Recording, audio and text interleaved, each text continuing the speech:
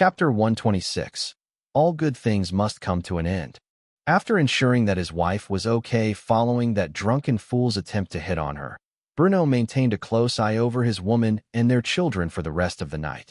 His reputation immediately became even more fierce among the Russian nobility, as they could all guess that life in the Russian army would not be pleasant for the Duke's son who had dared to offend Bruno. Heidi had become rather excited by Bruno's more murderous tendencies when it came to protecting his loved ones.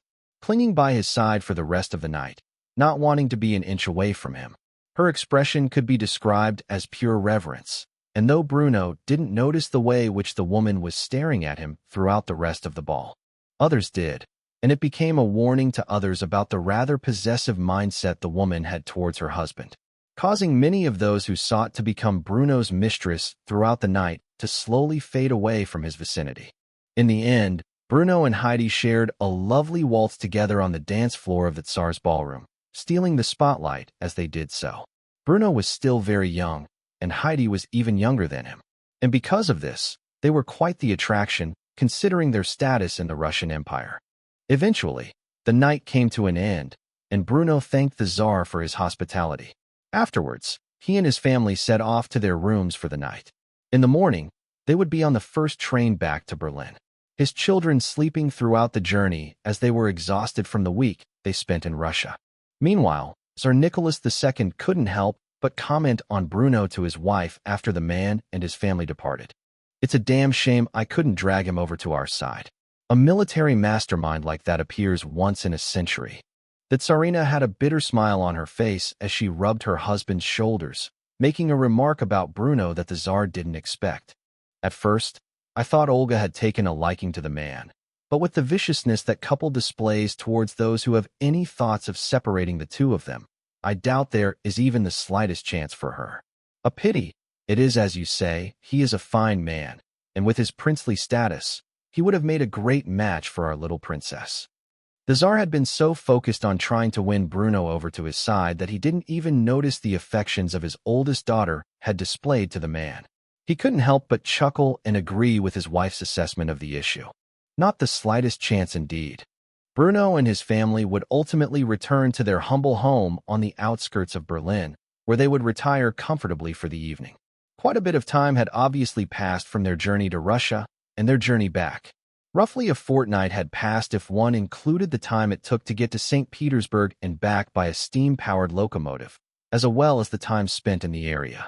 It was not until the morning of the next day that Bruno recovered his energy when Heidi approached him with a fresh pot of coffee, pouring it into his cup while asking about his plans for the upgrade to their living standards. "So, my prince, when are you going to buy me an estate?" There was an obvious tone of mockery in the woman's voice, as she was not the kind of woman to genuinely ask such a question, nor did she actually want to abandon their little manor on the outskirts of Berlin. And Heidi instantly broke out into a fit of giggles when she saw the look on Bruno's face when he heard her say this, especially when it coincided with the moment he took a sip from his coffee. It was as if he had tasted something sour and bitter, much to the point where he felt compelled to sigh and clarify what he meant by his current expression. "The coffee is as tasty as usual, but please don't mock me in such a way, dear." By now, they had both returned to the humble and comfortable clothing of the working class, something which they would unfortunately have to abandon soon now that they were aware of just how high on the noble hierarchy they sat. Still, Heidi couldn't help but continue to make fun of her husband, even as she apologized for doing so. "I'm sorry, but it's just a little too funny. I mean the look on your face when you realized that you were a prince. Not just that, but the way the Tsar stared at you in confusion, as if it was the most obvious thing. I can't help but laugh at you, my love." Considering his wife was in the mood to tease him, Bruno couldn't help himself but to play along as well. He quickly wore a smug smirk and mocked the woman for sharing the same sentiment of surprise. "I remember correctly, you two were quite bewildered by the announcement of your new title, going so far as to break out into tears. I mean, really, Heidi, was it so overwhelming to know you were finally of the same status as your half-siblings that you couldn't help but cry like a little girl?" Heidi's face flashed red with embarrassment as she recalled doing something so unnecessary as to cry in front of the Tsar and Tsarina. Bruno's words stung, even if they were true as can be.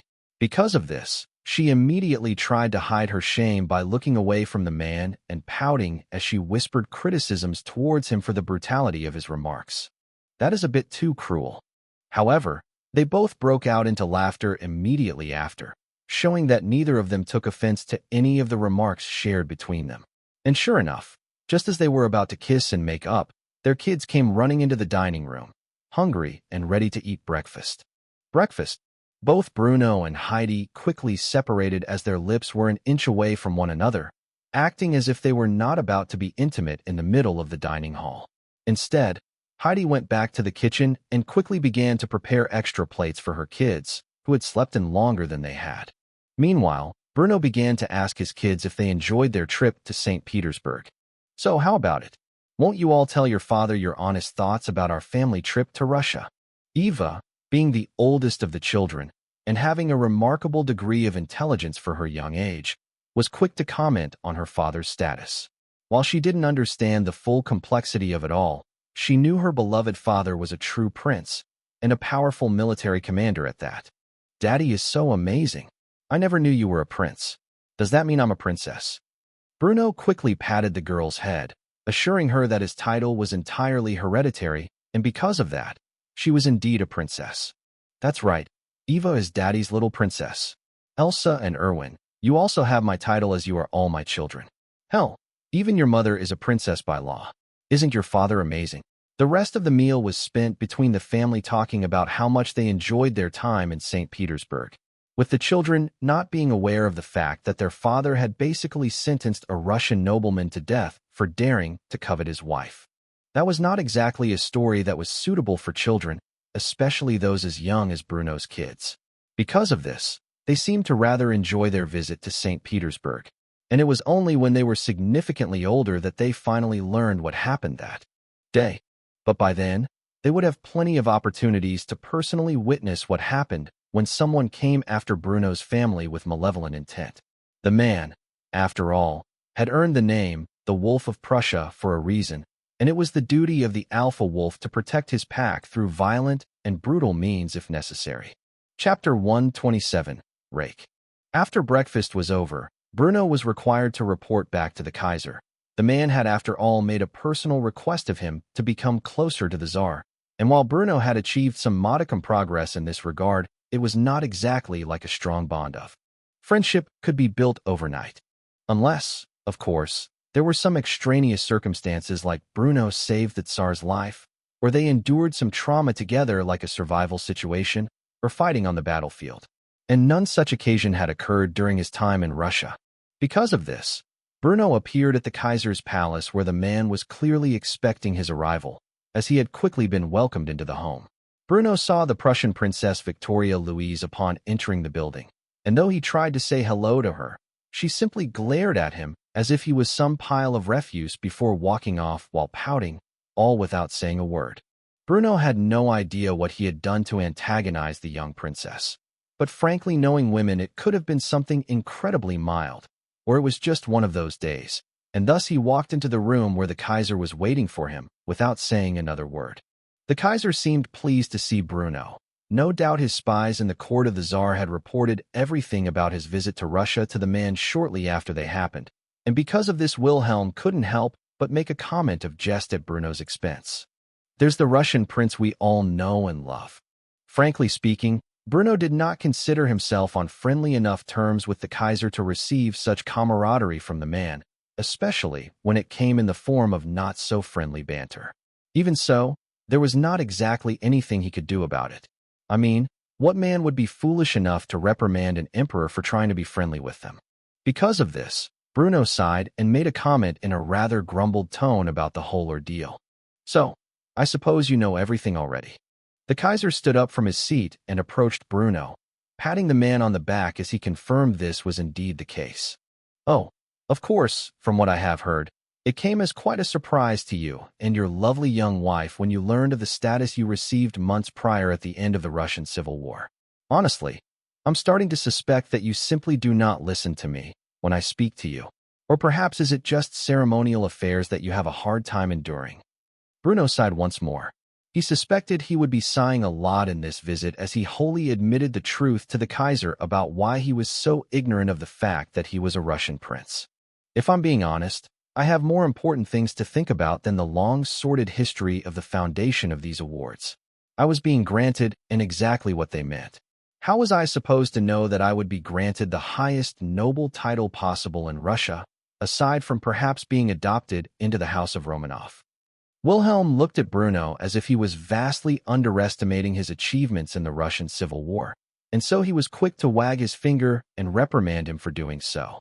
You have a very bad habit of underestimating your own merit. Did you know that? Do you think that Nicholas is so big of a fool that he doesn't realize what would have happened if you had not arrived in time to liberate St. Petersburg? Or perhaps what could have occurred if you had not returned Tsaritsyn to its rightful owner? The industrial capacity of the city alone was more than enough to provide an infinite supply of arms and munitions for the Red Army. Your victories and your ruthlessness in pursuit of the Bolshevik leadership is ultimately what won the war for the Tsar, and is the whole reason that he and his entire family are currently breathing. To say that you saved the Russian Empire and the House of Romanov is no understatement. Bruno was all too aware of the extent of what he had achieved. But perhaps it was the fact that he had never been properly rewarded for his efforts in his past life. Or maybe the idea of becoming a prince was simply too fantastical to even conceive as a possible reality. After all, he came from an era where monarchies were few and far between, and those that existed, for the most part, were entirely ceremonial in existence. Sometimes he forgot that he now existed in a world, in a time where achieving the highest rank of nobility, outside of becoming a monarch yourself, was all achievable through merit and merit alone. Because of this, he was quick to comment on his disbelief at becoming a full-fledged Russian prince. Honestly, I never expected to be rewarded so handsomely. I understand the depth of my actions and the effects they are most likely to have on the future. Believe me, few men in this world are aware of the full extent of what I have prevented from occurring by saving the House of Romanov. But to be given the title of prince, even if it doesn't hold the sway it would have 1,000 years ago, it is still simply hard to believe from my point of view. Wilhelm wore a smug smirk as he addressed this, believing truly that Bruno had a hard time understanding his own merit, even if he professed otherwise, and began to go on to a speech about history. Surely you have learned of the prize that my grandfather granted to Bismarck for his diplomatic efforts, which saw Germany united into a single empire beneath the rule of my house, correct? The man was made a prince for his actions. I'd say saving an empire from certain ruin is equally formidable of an accomplishment as uniting one together in the first place is, would you not? A pity. I wish I could grant you equal rewards myself, but the Bundesrat would throw a fit if I did so. Frankly speaking, your contributions to foreign empires have been more significant than those which you have done for the Reich, at least on paper. I myself am all too aware of your ultimate objectives. Securing a Japanese victory in the East and saving the House of Romanov were actions that will benefit Germany substantially in the years to come. Even if those old codgers in the Bundesrat can't see that yet. Until your efforts come to full fruition, I'm afraid all I can grant you for your merit is what I have already given you. Still, it makes me proud to know that your allegiance still stands with the fatherland. So, I appreciate that, even if I can't fully show you how much it means to me. If you think being a Russian prince is so unbelievable, then it makes me yearn to see your face in the coming decades when you hold an equal status here in the fatherland. I truly believe you have such meanings. So don't disappoint me, my friend. Now, I have taken up enough of your time. You are needed back at the Central Division, are you not? This was Wilhelm's way of saying Bruno was dismissed, and because of this, he quickly saluted the German emperor before walking out of the room. On his way out of the palace, he was confronted by Princess Victoria Louise once more, who was in just as foul of a mood as she was before. Though Bruno wanted to say something, she simply passed by him, leaving behind a single word of condemnation as she did so, which only caused Bruno to collapse into a state of further confusion. Rake. Bruno looked back at the girl with a look of bewilderment, but by the time he did so, she had already absconded from sight. The term rake, while having fallen out of the common language by the 21st century, was historically used as far back as the mid-1600s to describe a man of ill repute. Specifically, when it came to womanizing. unlike the term Casanova, which held roughly the same meaning and could in some circumstances to be used as a means of praising a man's ability to woo the opposite sex. The term rake was almost always, if not always, used as a term of condemnation of the highest degree. Even so, Bruno could not for the life of him understand why the Prussian princess had referred to him by such a term, considering he was nothing but loyal to his wife. Because of this, he would continue to mull over this slanderous statement for the rest of the day without ever coming to a proper conclusion. Chapter 128. A hard lesson to be learned. It was not until dinner, when Bruno sat with his wife and children enjoying their meal together, did Bruno finally get a glimpse of understanding as to why Princess Victoria Louise had so slanderously referred to him by the term of rake. Heidi was laughing as she heard what the Prussian princess said to her husband. Firstly, because she knew it was a false accusation, and secondly, because she had a bit of a feeling why Victoria Louise had said it. Heidi handed Bruno his plate of food, along with a liter of beer, setting them in front of the man, as the woman wrapped her arms around his neck and kissed him on the cheek, all while explaining exactly what was happening. You have a bad habit of overthinking things, my love. This isn't some grand international conspiracy to undermine your reputation and status. The little princess is simply upset that she is not the only little princess you have been interacting with. I bet she just recently found out that Princess Olga, Princess Hedwig, and Princess Sakura have all taken a fancy to you. Heidi then walked away and sat down across from Bruno, staring at him like a wolf eyeing its prey as she ate the food on her plate. Bruno was stunned for a variety of reasons. Firstly, the idea that Princess Victoria Louise was upset because of petty jealousy towards the other princesses he had been forced for some reason or another to become friendly with was absurd in and of itself. But what was more concerning was the fact that Heidi somehow knew about them all. It was one thing for her to know about Olga. The woman had, after all, met the young Russian princess in St. Petersburg. But how did she know about Hedwig and Sakura as well? He had met the Japanese princess once, and very briefly at that, and had never even thought of the girl again afterward. Whereas Bruno spent slightly more time with the Austrian princess with 2 interactions between them. He had mentioned neither of these 2 girls to his wife as they were utterly insignificant to Bruno, having done nothing more than perform basic diplomatic courtesy to them. By now, the 2 girls had clearly forgotten about him, right? So why did Heidi know about these petty matters? And despite the smile on her face, she was clearly not very happy with this chain of events, causing Bruno to force a smile as he attempted to ask his wife how she was aware of everything he had done and who he had interacted with while abroad. Heidi, dear, how exactly did you? Before Bruno could get the question out, a timer rang, causing Heidi to pop out of her seat and run off to the kitchen where she spoke about tonight's dessert and the need to fetch it. That will be the apple strudel I prepared for tonight. I'll be right back. Bruno ultimately sighed and took a drink from his beer as his 3 children looked up at him with wide eyes. They did not seem to understand just what was going on between their parents, but the eldest of the trio had enough sense to keep her head down and pretend like nothing happened, saying something or another to ease her father's worries as she did so. I'm sure everything will be fine, Daddy. After a while, Heidi returned with the dessert. Any past trace of hostility on her face had completely vanished, instead replaced with pure bliss as she divided up the home-cooked dessert and dished it out to her husband and children. Frankly speaking, Heidi's baking skills were every bit as good as her cooking skills, so much so that she would even prepare the bread that the family ate with all their meals. However, Bruno had made it clear to her that he did not want to eat dessert every night, and only on Friday nights like this was it acceptable. Maintaining the health of himself and his family was a priority, and thus, outside of holidays, the only night the family would eat actual dessert was Friday night. Tonight was ice cream and apple strudel, all of which were made from scratch by Heidi.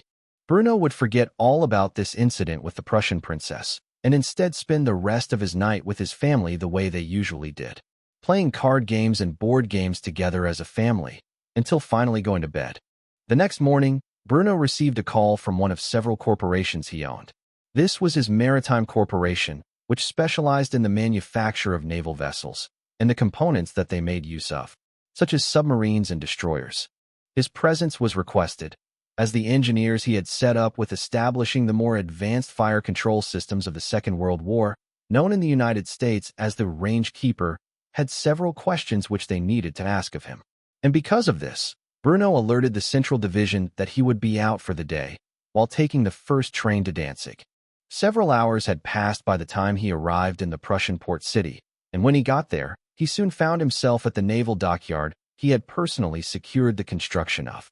Once inside the main building, Bruno was quickly greeted by the staff, who led him to the team of engineers who were constructing the analog-based mechanical computer system that would vastly improve the performance of all ships within the German Navy.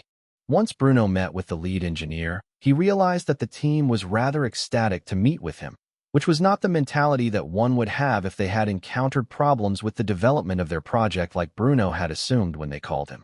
Instead, when the man spoke to Bruno, he finally understood why he was summoned all the way to Danzig. General von Zehntner, I must say, although we have only begun to scratch the surface of this device, which you have trusted us with its creation, I can assure you that we will have it finished and in production within 5 years' time at the most. However, I wanted to just say that you have truly opened my eyes to the world of computation. This device will have world-changing effects, not only in the fields of naval warfare, but in all fields of science. I do believe that your contributions to the academic community are no less great than those to the military. Bruno did not show any hint of emotion when he heard this. These damned researchers had summoned him here to merely pick his brain and learn from him. Bruno was not in the business of enlightening academics with the knowledge of the future. He was in the business of creating machines of war. And so long as these men could manage that with the funding he provided, nothing else needed to be said. And it was perhaps because the man was rather expressionless at being praised so much that these researchers were confused. That is until Bruno began to scold them for wasting his time. Let me frankly ask you this, and I want an honest answer. Do you, or your team, have any problems or issues with funding or any other resources that require my attention? Or have you simply summoned me here, to my dockyards, so that you can learn from my understanding of engineering and computational science? Because if you have summoned me all this way from Berlin for the latter, allow me to make something clear. I am a busy man. As the commander of nearly 100,000 men in the field, I do not have the time or luxury to aid you in your research unless it is a matter of critical importance. So long as you possess the means to accomplish this task in the time frame you have been given, then it is simply not acceptable to waste my time like this. Since I have apparently not made this abundantly clear to you all, I am a man of war, not of science. I have little regard for how this technology and the means behind it can influence the peaceful world, only how it can be used to obliterate the Kaiser's enemies. If you waste my time like this a second time, there will be severe consequences. Do you all understand what I am saying? The room was utterly silent as the researchers all nodded their heads. Any grand ideas they had about mooching off of Bruno's talents and using them to further their own academic achievements were shot in the head in that very moment as Bruno denied them. After this, Bruno left with one last bit of parting wisdom. Do what you're paid to do, and don't involve me in it unless it is absolutely necessary. Having said this, he stormed out of the building. His message would be spread to all other researchers in his employ. Unless you can't figure it out yourselves and require me to solve it for you, do not contact me until you have results. Needless to say, those who sought to leech off of Bruno's knowledge from the future would no longer have the gall to even attempt such a thing going forward. Chapter 129, Death of a Routine. Since coming back to the German Reich from his time spent in the Russian Empire, Heinrich had been busy, both with work and with his home life. Prior, he seldom spent his time in his own home, rather entertaining the many single ladies of the world, and some of those who were already married. But upon finding himself suddenly forced to adopt a teenage Russian girl, Heinrich was ultimately forced to clean up his act, trying his best to create an environment for the girl that was far less painful than the life she had left behind in Russia. Ultimately, his days as a playboy, truly deserving of the term rake, which had incidentally been applied to Bruno, rather than Heinrich. The man had suddenly found himself completely and utterly free from any dalliances with the less respectful women of the world. Instead, he would come straight home after work to ensure that his newly adopted daughter was properly fed, their home was properly cleaned, and that the girl had finished with her studies for the evening. At first, Alia had a hard time adapting to her new life. But after spending a few weeks with Heidi and the tyranny which the woman imposed upon her, Alya soon found the habits formed in Bruno's home had stuck. Heinrich no longer came home to an empty and dark house, but one that was well lit, and with a meal prepared for him by his young, adopted daughter. Though the girl had a long way to go before she could match Heidi's level of skill when it came to performing chores. At the very least, the house was clean, the laundry was freshly done, and there was food on the table the moment Heinrich came home from his day at the base. Coincidentally enough, today Heinrich came home with a subtle change to his uniform, but one which Alya instantly recognized when the man entered through their door. Heinrich was wearing the shoulder tabs of lieutenant colonel, or in the German army would be known as the Oberstleutnant. He had been promoted today to the position and was now in charge of his own battalion. This was a major cause for celebration, and because of this, Alya instantly expressed her shock. "You were promoted? Why didn't you call home in advance? I would have prepared something for dessert." Heinrich, who was already thoroughly exhausted by the day's affairs, was quick to sigh as he collapsed onto his sofa, loosening the collar around his neck and freeing it so that he could breathe properly. After doing so, he commented on the whole thing as if it were less than what he desired. "Thanks, Alya, but I have had my hands full all day with managing an entire battalion of men. I mean, it's one thing to assist a lieutenant colonel with managing his unit, but to manage 1,000 men and everything else that comes with it. It's a lot more work than I was expecting. I just need a moment to relax, and then I'll join you for dinner." Alya wasn't exactly mad at Heinrich for his exhaustion. The man had cut back completely on the two things that had helped him cope with the monumental amount of stress that came with being a high-ranking officer in the military. Heinrich had always de-stressed by drinking copious quantities of alcohol and enjoying the company of loose women. But now that he had to take care of Alya, he had either completely cut himself off from activity or had restricted himself to doing so in moderation. Because of this, Alya instantly remembered something Heidi had told her while she was under that woman's oppression. "Whenever my husband comes home, he likes to wind down with a beer and a cigarette. Because of that, I always have a liter of beer in my hand when I greet him at the door. It's a small gesture, but one that is more welcome than you realize." After thinking about this, Alya instantly ran off to the kitchen and fetched some beer for her adopted father, handing it off to him as he wiped the sweat from his brow while turning on the radio to listen to the day's news. The radio was invented in 1901 and was still not exactly commonplace in most households 5 years later. But Heinrich not only came from a wealthy family of merchants, but he also gained a considerable paycheck from being a high-ranking officer in the army. Because of this, he could easily afford such a luxury. When he saw the girl holding a beer to his face with an embarrassed expression, the man was perplexed for a second, before grabbing hold of it and drinking its contents. At first, Alya thought the man wasn't even going to say thank you for her gesture, but he surprised her with a pat on the head, followed by an appropriate amount of gratitude. "I'm not sure why you suddenly thought I could use a beer, but you were absolutely right. Thanks, kiddo, now go eat up. I'm sure you're hungry after all the work you have been doing around here as of late." Alya sure felt a little famished, but the reality was that she would not eat until Heinrich joined her, as she had many memories of eating alone at the orphanage, and she much preferred to share a meal with her new family than she did alone. Because of this, she patiently sat down on the rocking chair in the living room of their home and waited patiently for Heinrich to become ready to eat. "I'll wait. I'm not as hungry as you think." Heinrich thought the girl was being honest at first, that is until he heard her stomach grumble no more than a minute later. And because of this, he sighed and stood up, heading to the dining room of their home, where he decided not to make her wait any longer. Though Alya was embarrassed by forcing the man to eat with her earlier than he wanted to, she was also happy that he did not ignore her stomach's obvious signs of hunger. As a result, they shared a meal together, talking about what they had done during the day prior to meeting up at their home later in the evening. Ultimately, after several months together, the two were starting to become like a real father and daughter. Bruno wasn't the only one in his family who maintained his health via regular exercise. In fact, Heidi often worked out at home with the basic calisthenics that Bruno had taught her throughout the day, just enough to maintain her health. After all, he wanted to live a long and happy life with his wife, and it would have been best if they both did their best to stay in shape because of this. Sure, Bruno had some bad habits that affected his health in the long term, like smoking and drinking. But quite honestly, it was a trade-off, because as a soldier, especially one who was in the early stages of PTSD, there were certain things he needed to take the edge off, especially in a time of peace, which Bruno had a hard time adjusting to.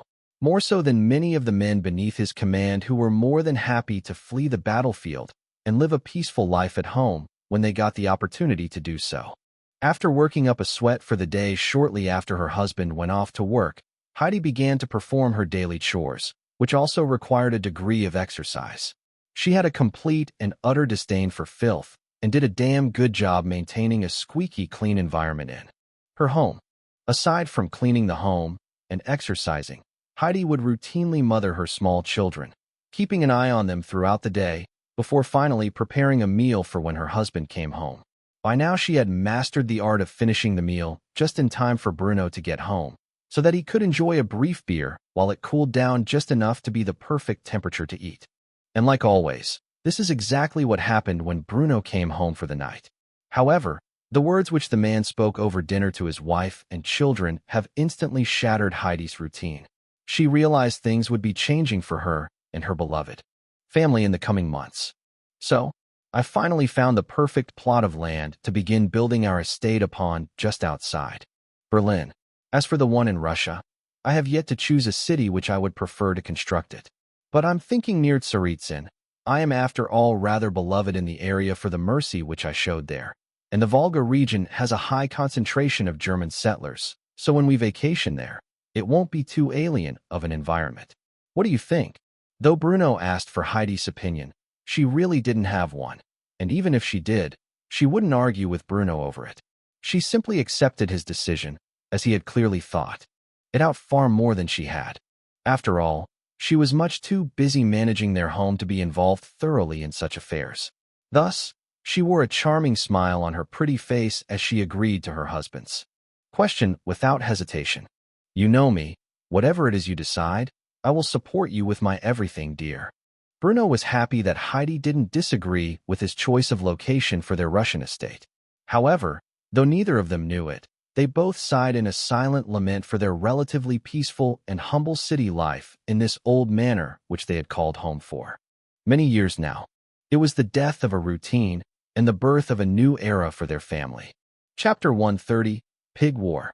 Tensions were indeed rising across the globe, especially in the interference on the timeline had changed things.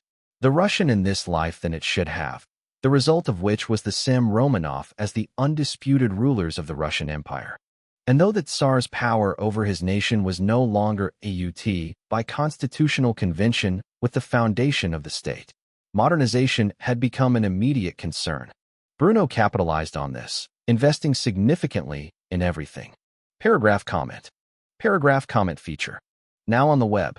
Move mouse over any paragraph and click the icon to add your comma. Also, you can always turn it off/on in settings. Got it. From natural resources to critical infrastructure such as railways, ports, etc. Anything that was remotely of value within the borders of the Russian Empire and was up for grabs, Bruno some way or another got his possession of it. Frankly speaking, his wealth was already nearing a level unprecedented in history. Except for perhaps the likes of Mansa Musa during the golden age of the Mali Empire. But even so, it was hard to know considering history had few records surrounding the precise nature of just how wealthy the African king really was.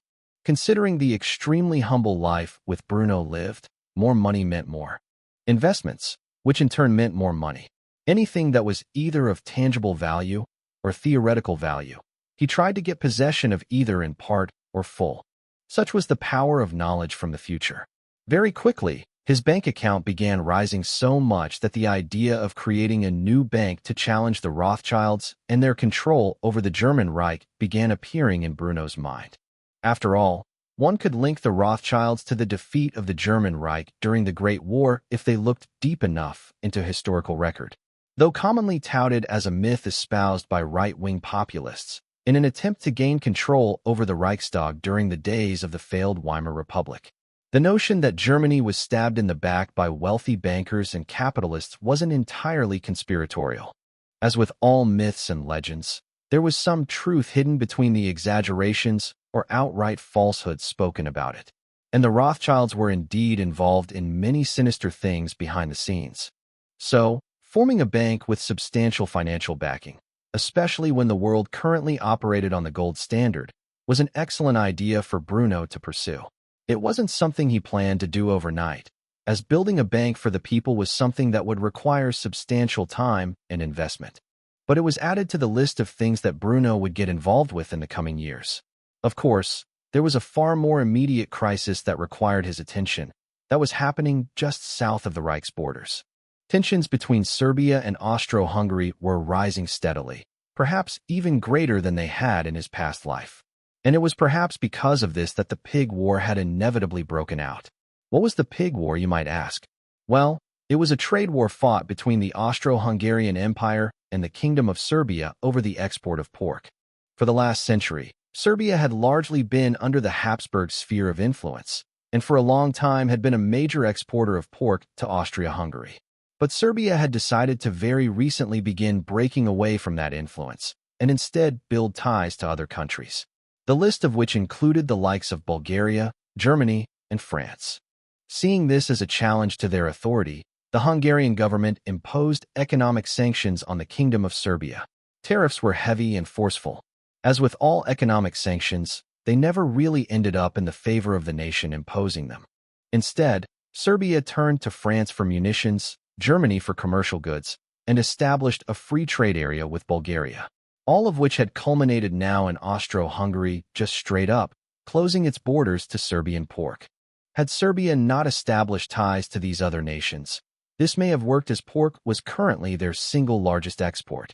But, currently, the representatives of the Serbian government were preparing to head to France to seek investment into the construction of new meat packing facilities for the purpose of international trade.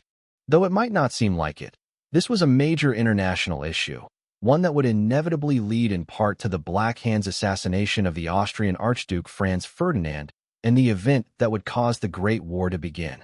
Frankly speaking, persuading the Habsburgs to drop the economic sanctions imposed on Serbia was a losing battle. One Bruno did not want to participate in, but snatching the profits made from Serbia's international sales of pork was something Bruno intended to gain. Any chance to spite the French was one Bruno was willing to take, especially if it meant literally stealing gold from their coffers.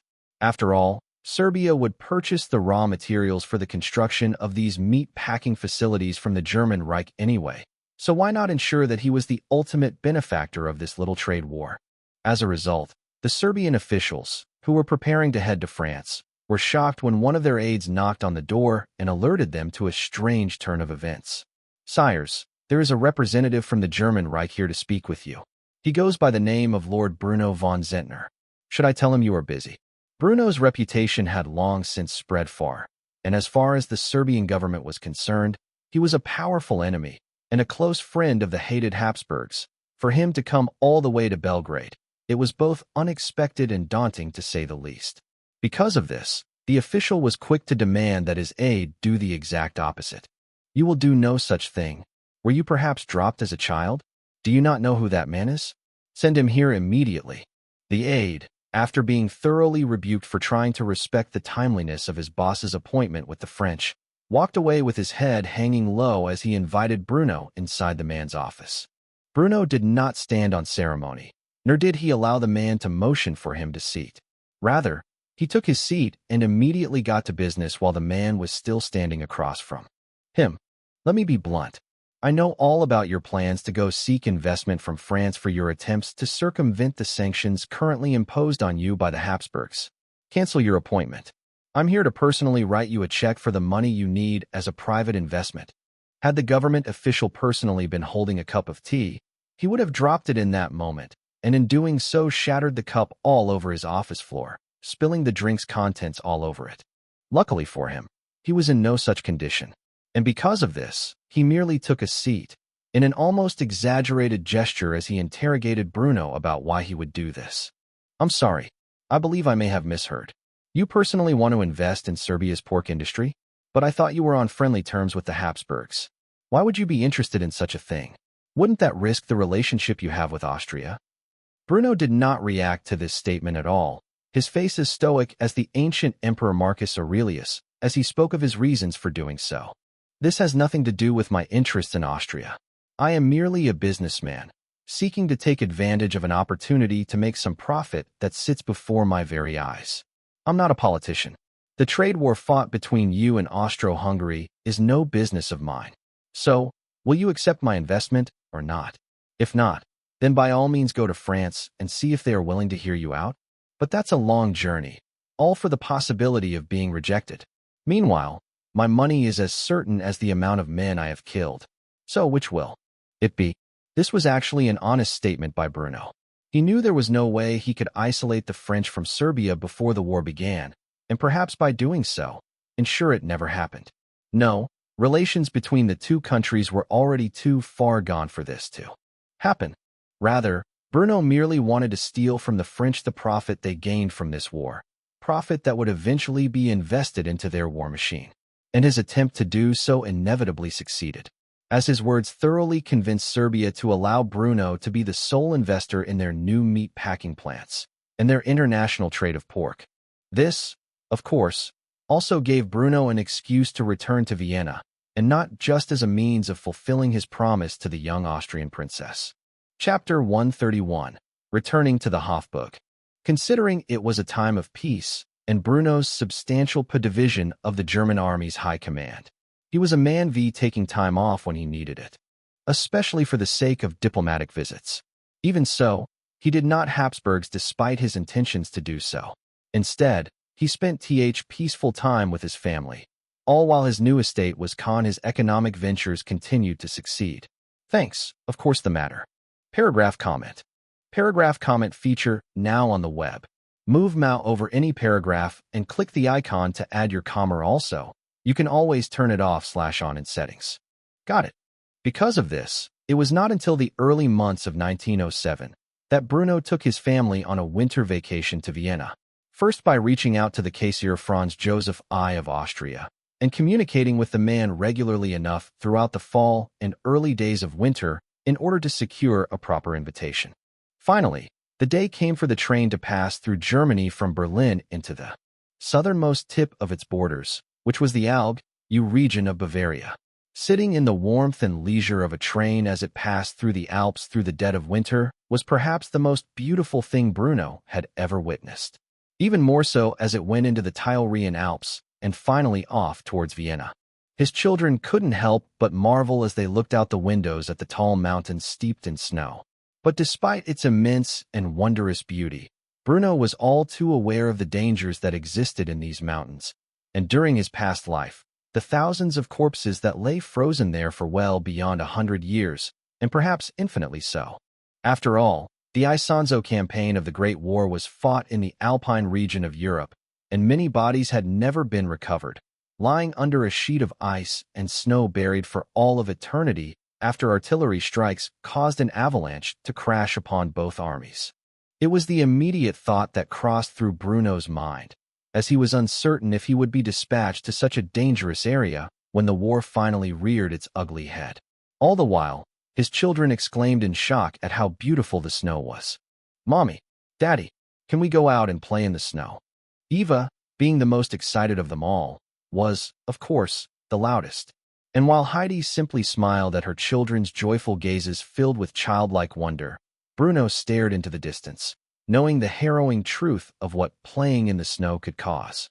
Because of this, he simply remained silent and drank his tea, all the while Heidi shook her head and told the kids that it wasn't in the cards for them. "Maybe one day we will return when you're older and go skiing together as a family, but that will have to wait. After all, this is not the end of our journey. Instead, we are headed to Vienna to meet with the Austrian Kaiser and his family. Your father is a very important man and has personally been requested to visit the Austrian royal family." The kids were already aware of why they were going to Vienna, as Heidi had spoken of it over and over again throughout the past 2 weeks as they prepared for the trip. And by now, even Eva was rolling her eyes at her mother's joy. Bruno, of course, detected a hint of hostility within Heidi's azure blue eyes, no doubt because she was suspicious of Bruno's reasons for visiting the Habsburgs.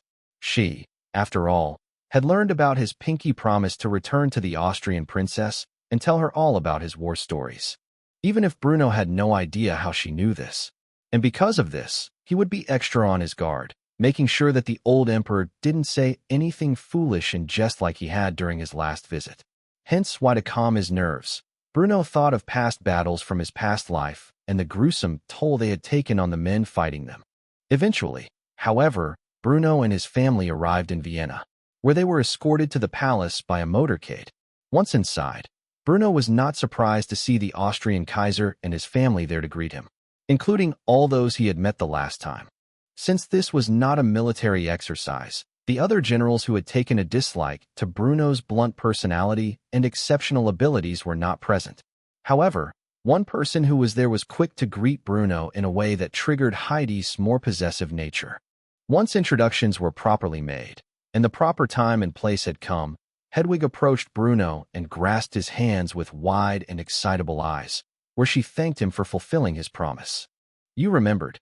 I didn't think you would come after all these months, but you finally lived up to your promise."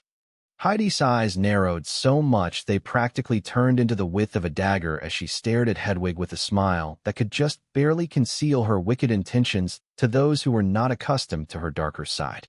And her voice was much in the same vein as she stood behind Bruno and asked him the question, which she already knew the answer to, sending chills down her husband's spine as she did so.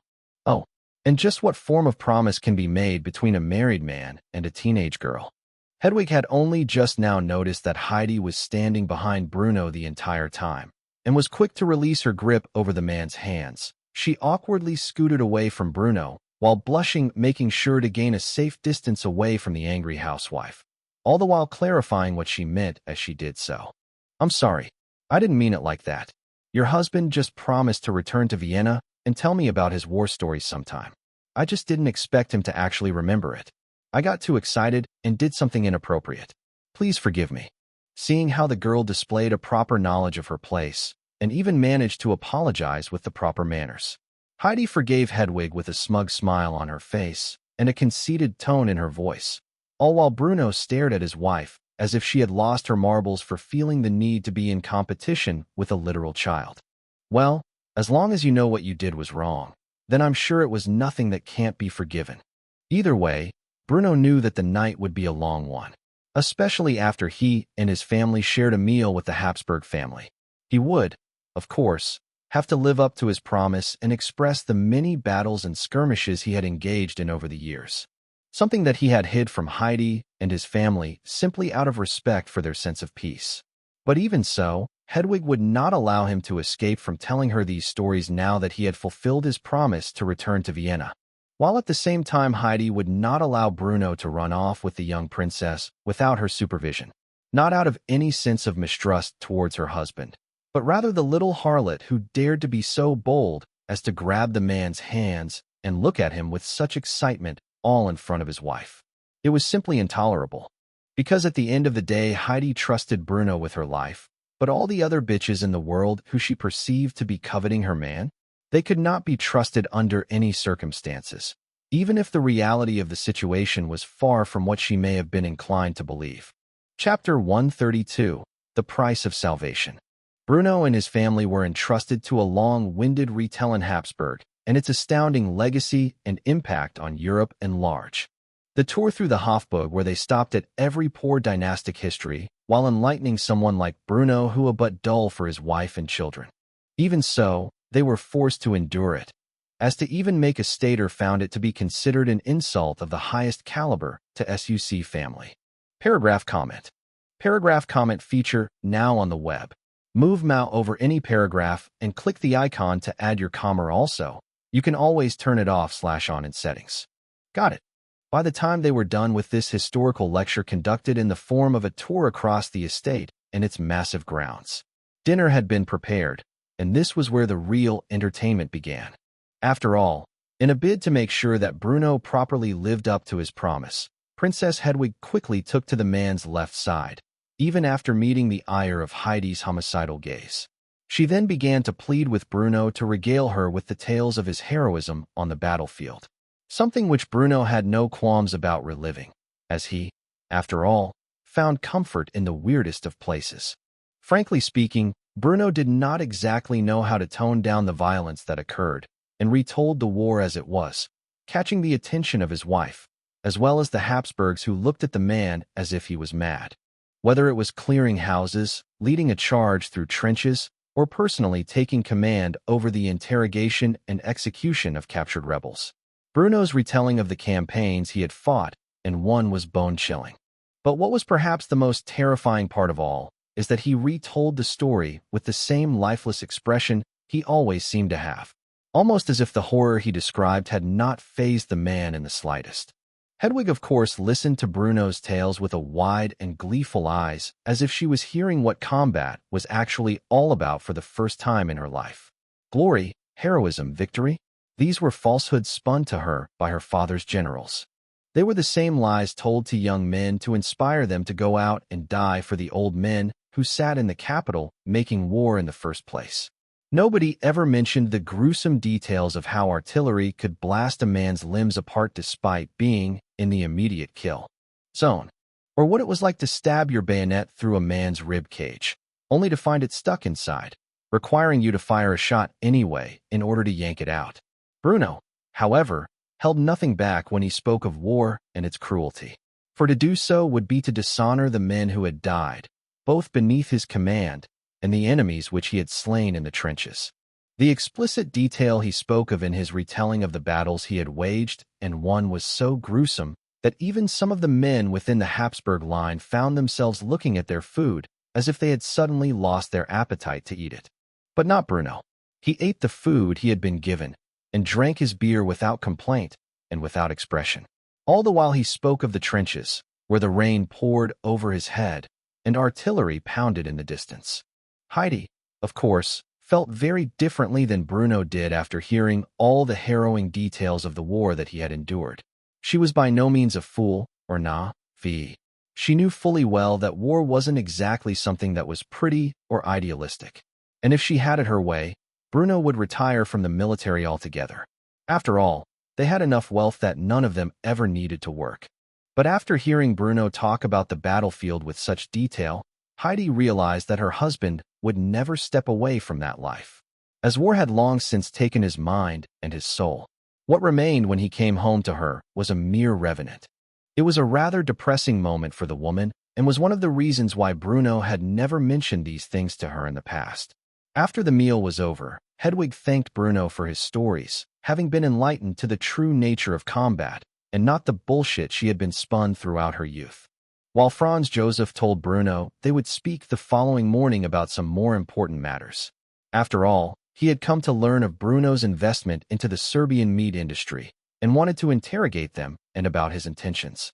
Ultimately, Bruno would return to his room with his wife, where he would open up the window and smoke a cigarette.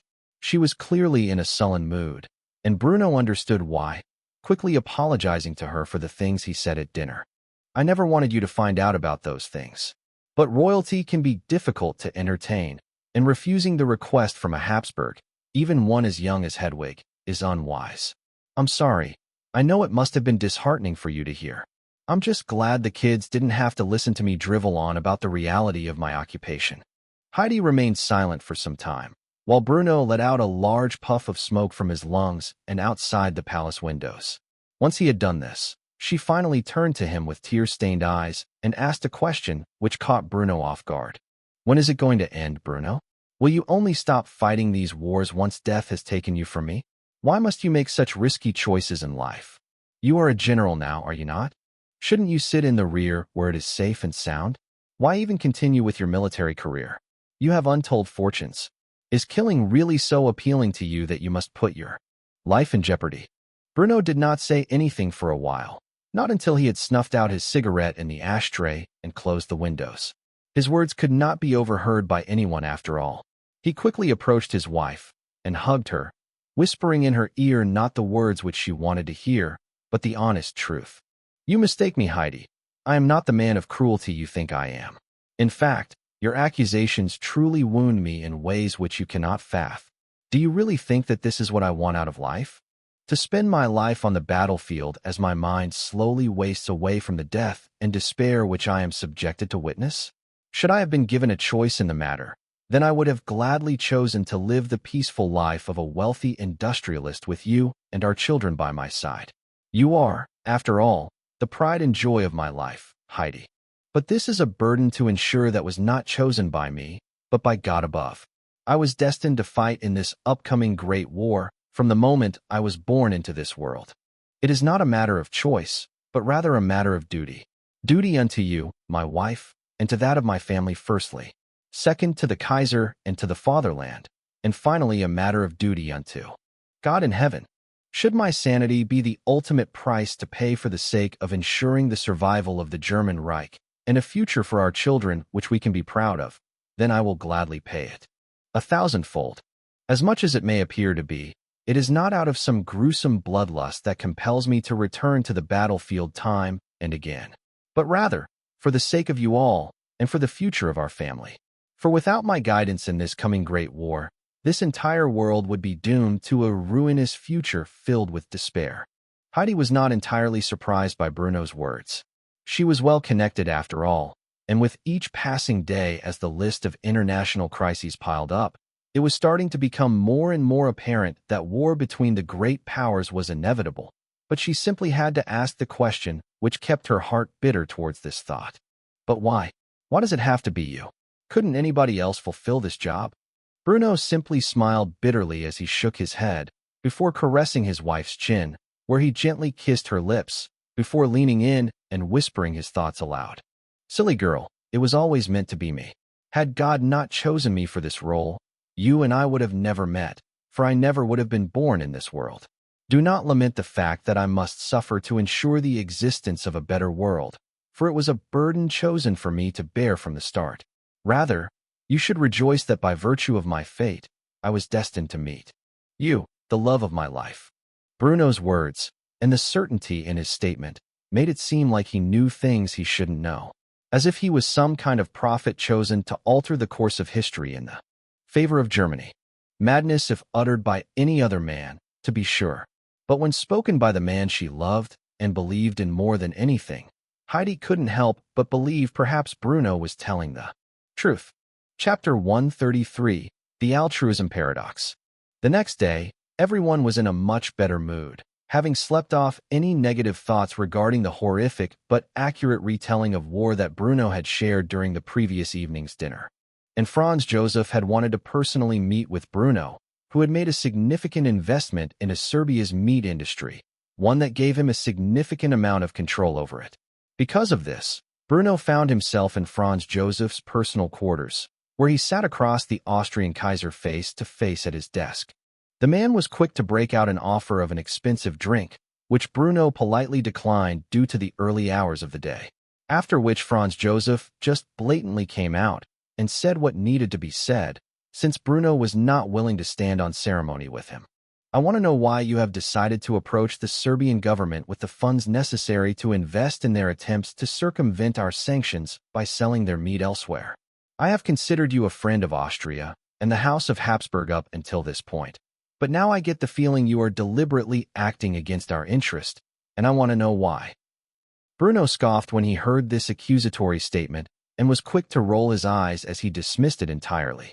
Frankly speaking, Your Majesty, whoever advised you to engage in economic sanctions against the Kingdom of Serbia either doesn't have your best interests in mind, or is an absolute moron. To put it simply, this isn't a battle you were destined to win. In fact, you could say the deck has been stacked against you from the start. I invested in Serbia's meat industry because if I had not done so first, the French would have gladly taken the opportunity to do so. Either way, with or without my interference, Serbia would have circumvented your sanctions and made a profit off of their international trade of pork, while the only ones who would have suffered would be you and your people. By getting involved, I have claimed a large degree of authority over where this pork ends up and at what price.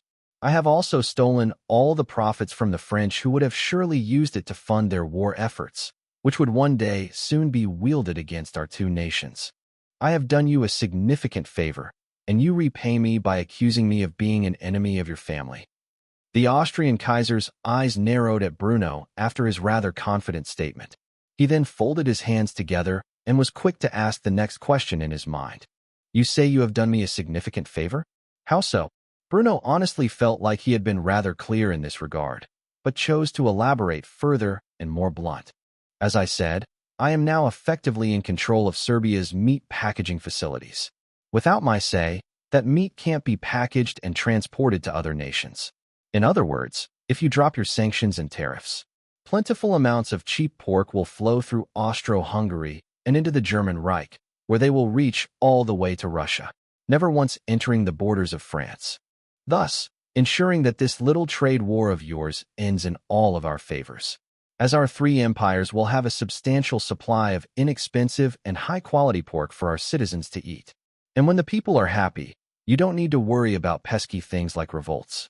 And by convincing you to drop these foolish little sanctions and excessive tariffs, Serbia slowly begins to fade away from French influence and control, which they have been trying to curry for ages now to escape from your sphere of influence. Frankly speaking, this last part was utter bullshit. This was a long con that the Serbians had been playing for a very long time. Their ties to France were solid, especially in regards to their military. There was no turning back. War would break out between Austro-Hungary and Serbia sooner or later. But profiting off of Serbia's international pork sales and using this as a means to bring Russia and Austro-Hungary together. That was the ultimate goal of Bruno's by getting involved in this stupid trade war. After all, the biggest factor in preventing Russia from joining forces with Germany, Austro-Hungary, and Japan was Serbia, as both Russia and Austro-Hungary had disputes over the nation. But if these disputes could be slowly solved over the course of the coming years, starting with uniting over the trade of pork, then maybe, just maybe the League of the Four Emperors could replace the name of the Central Powers in this life.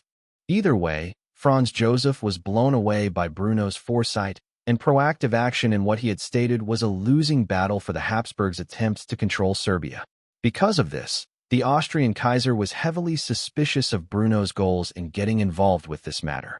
After all, he was the faithful subject of a foreign monarch, and was already an absurdly wealthy man. Was Bruno really driven by such meager profits to act on the Habsburgs' behalf? He was naturally quick to voice his suspicions to the man in question. I'm not exactly sure how wealthy you are, but I have quite a bit of understanding in this regard. Even if my estimations aren't precise, there is no reason that such meager profits should compel you to interfere in this trade dispute. So tell me what your real ambitions are in this matter, and maybe I will believe you aren't as hostile to me and my family that I think you are. Bruno sighed heavily and shook his head.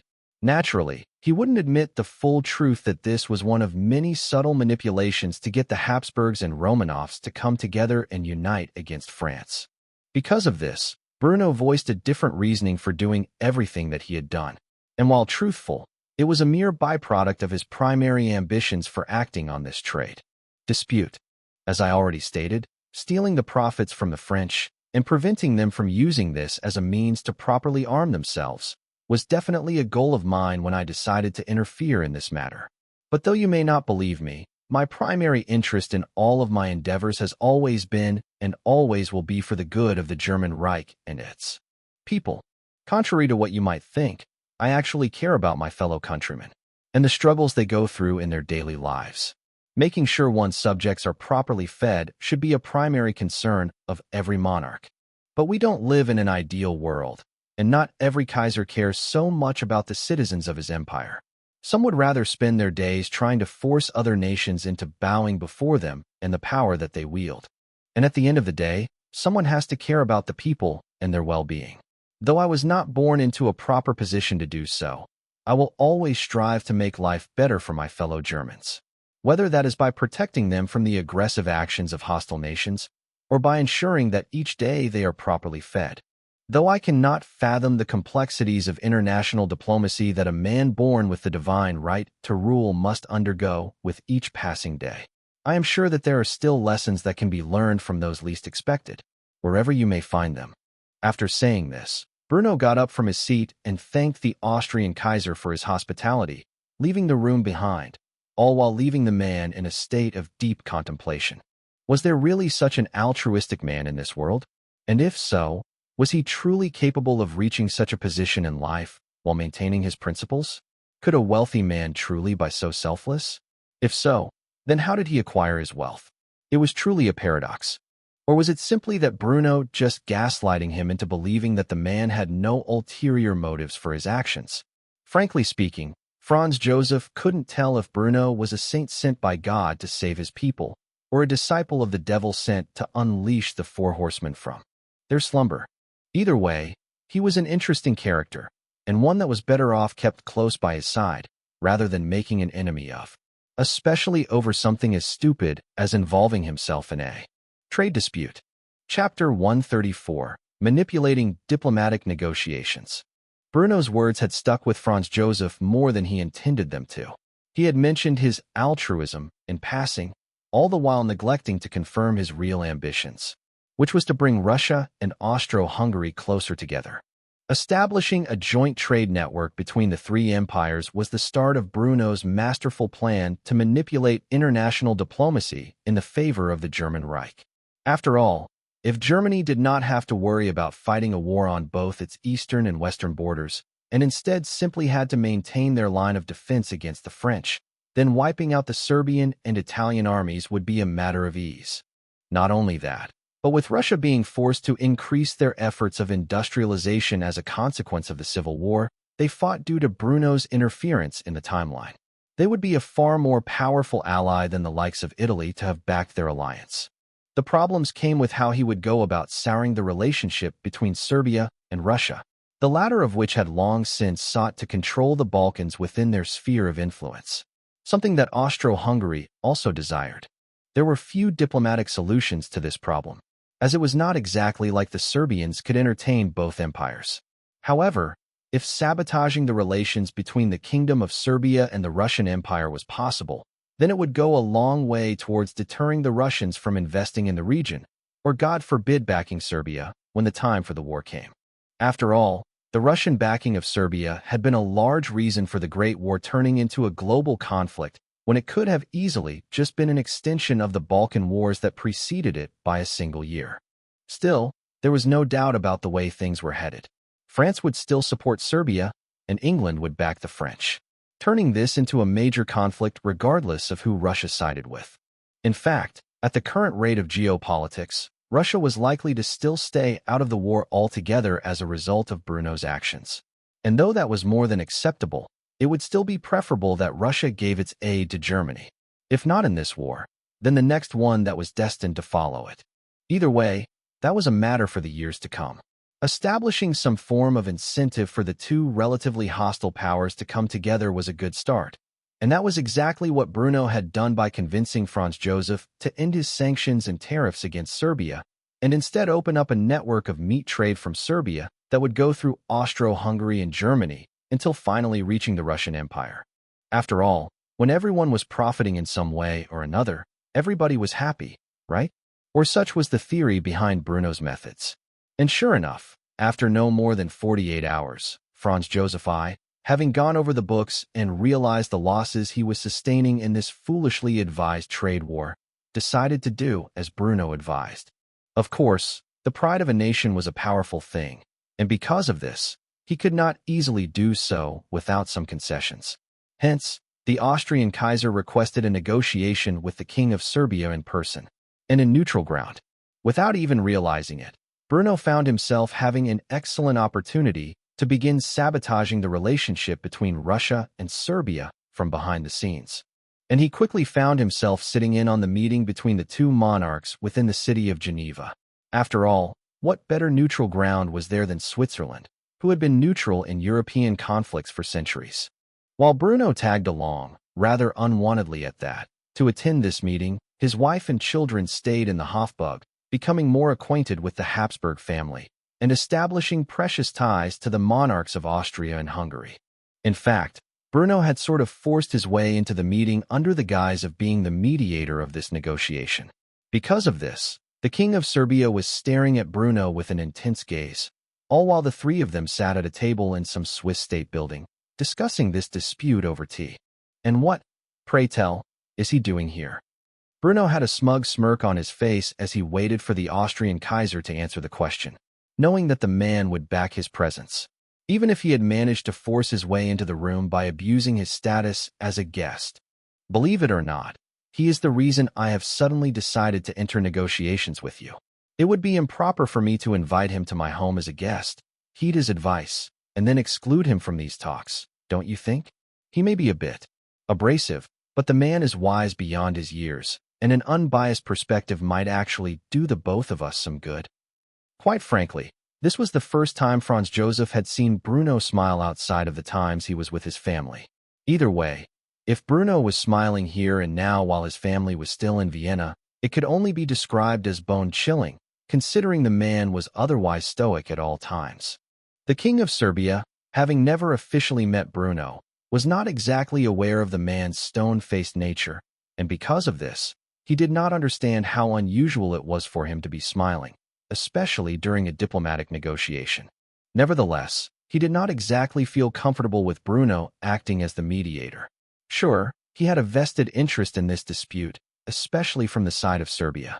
But at the same time, he had friendly ties to the Habsburg family, as well as the House of Romanov. Now that he thought about it, wasn't this man a bit too politically connected to the great powers of Europe outside of France and England? And at such a young age, no less? The King of Serbia was about to say something regarding this abnormality when Bruno made a suggestion, one that on the surface could be considered a viable solution to this whole mess. Let's cut to the chase. All right, you want to expand your business internationally without having to rely politically and economically on Austro-Hungary like you have been forced to endure for decades. And you want to maintain your authority over the Balkans. Hence why this ill-advised trade war began in the first place. How about we come to some sort of mutual agreement here? Austro-Hungary will drop its sanctions and tariffs against the Kingdom of Serbia, allowing them to engage in free trade across Austro-Hungary, the German Reich, and the Russian Empire. In exchange, Serbia will promise not to oppose the Austro-Hungarian annexation of Bosnia and Herzegovina when the time finally comes to officially do so. This was a bold statement by Bruno. Sure, on the surface this was a win-win, but could only be spoken in this room by a man who was either ignorant of the situation in Serbia or malicious in intent. Obviously, such a compromise immediately dragged the eyes of the King of Serbia towards Bruno with suspicious gazes. While to the historically ignorant, this was a valid compromise. After all, Austria had made its intentions to annex Bosnia and Herzegovina clear since the previous century, and had previously secured support by Germany and Russia to do so. But like everything political in the Balkans, this was a far more complicated issue than it appeared to be on the surface. For starters, the current King of Serbia had only gained his power in 1903 when a military coup initiated by the Black Hand. A group of conspirators infiltrated the Serbian palace and murdered the previous king, who had left no heir to succeed him. As a result, the National Assembly elected the House of Kara, or Evi, and its ruler as the new kings of Serbia, who themselves were the rivals of the previous dynasty. Frankly speaking, the House of Kara, or Evi, and the Serbian government as a whole currently had heavy ties to the Black Hand. If the name sounded familiar, then it was because they would also be responsible for the assassination of Franz Ferdinand years later, an event which would eventually spark the Great War. It was because of these ties to the Black Hand that Serbia refused the Austro-Hungarian request for an international investigation into the assassination of their presumed heir, and in doing so prompted the July Crisis, which led to the start of the First World War. Needless to say, Bruno despised the Serbian king, who played a leading role in the overall collapse of what one might consider the legitimate form of Western civilization, as well as the rise of both liberalism and Marxism that followed the disaster that was the end of the Great War. Had this man, his family, and the conspirators he backed simply not existed, or at the very least never been allowed to gain power in Serbia, the odds of such a disastrous decline of Europe and the West as a whole likely would have never occurred. Because of this, Bruno put Bosnia and Herzegovina on the line during these negotiations in a deliberate attempt to provoke a hostile reaction from the Serbian king and the Black Hand, hopefully baiting them into attacking himself and thus ruining Serbia's relationship with the Tsar and the Russian Empire. After all, Bruno was currently on much friendlier terms with the House of Romanov than he was the House of Habsburg, with Nicholas having high hopes of roping him over to the Russian side altogether. Any attempt to assassinate a Russian prince, and a hero of the Russian Civil War, would likely permanently sour relations between Serbia and Russia, even if the Serbian government wasn't directly responsible, much as the French had done when they made an attempt on Bruno's life in the preceding years. And this was exactly Bruno's goal here today. Chapter 135, It's Showtime. The Serbian king's face twitched ever so slightly, so little in fact that one might not have seen it if they were not closely examining his face. But Bruno saw it, and continued to smirk as he drank his tea. For obvious reasons, the man would not accept this demand. Though on the surface it seemed like a minor concession, as for all intents and purposes, Austro-Hungary currently already had administrative control over Bosnia and Herzegovina. The reality of the situation was, with the Black Hand's ambitions towards the Balkans which were against the interests of both the Habsburgs and the Romanovs, they would never allow this to take place without some form of conflict taking place. This was actually one of the reasons why Franz Ferdinand was assassinated in Bruno's past life, as the Habsburgs proceeded with annexation of Bosnia in 08, leading to the plot against their presumed heir by the Black Hand. Hence why Bruno was aware that the Serbians would never accept this compromise, even if Franz Ferdinand was rather joyful at the prospect. Frankly speaking, the existence of the Black Hand and their involvement in the May coup wasn't exactly known to outsiders at the time. Hell, they would not fully come into their full form until 1911, even if its earliest members were indeed responsible for murdering the Serbian royal couple in 1903. As a result, the Serbian king eyed Bruno with suspicion. Had he learned about his family's ties to the Black Hand and the substantial role they played in the Serbian government? Or was he simply espousing one of the goals which the Habsburgs had made clear decades ago with the ignorance of this shadowy organization? Either way, the answer was the same, as the Serbian king immediately stood up and concluded the negotiations without a resolution of the issues at hand. These negotiations are over.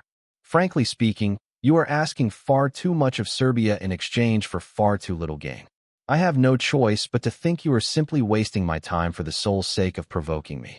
But what else would I expect from a man born into a family who only gained its noble status a few decades ago? Bruno was not exactly the one who was quick to provocation, but he couldn't help but chuckle at the man's comments. The House of Kara, or Evi, alone was founded in 1804, which was only a decade prior to foundation of Bruno's, his own family having earned their noble status during the Napoleonic Wars. To act like he was some ancient noble on par with the Habsburgs was truly laughable, but either way, Bruno didn't mention it. Nevertheless, his laughter served as an insult, causing the Serbian king to frown as he walked out the door. However, before he could fully do so, Bruno made one last statement to confirm that he did indeed know about the Black Hand and their crimes, which revealed could cause the ruin of Serbia altogether. When you get back to Belgrade, say hello to Captain Apis for me, will you? Why, I haven't seen the man since. Oh, I'd say May of 03. Yes, that sounds correct, doesn't it, Your Highness? The King of Serbia swiftly turned around and stared at Bruno in the eyes with a murderous gaze. All the while, Bruno himself was smiling smugly. Franz Joseph might not know what exactly Bruno was referring to, but King Peter, I most certainly did.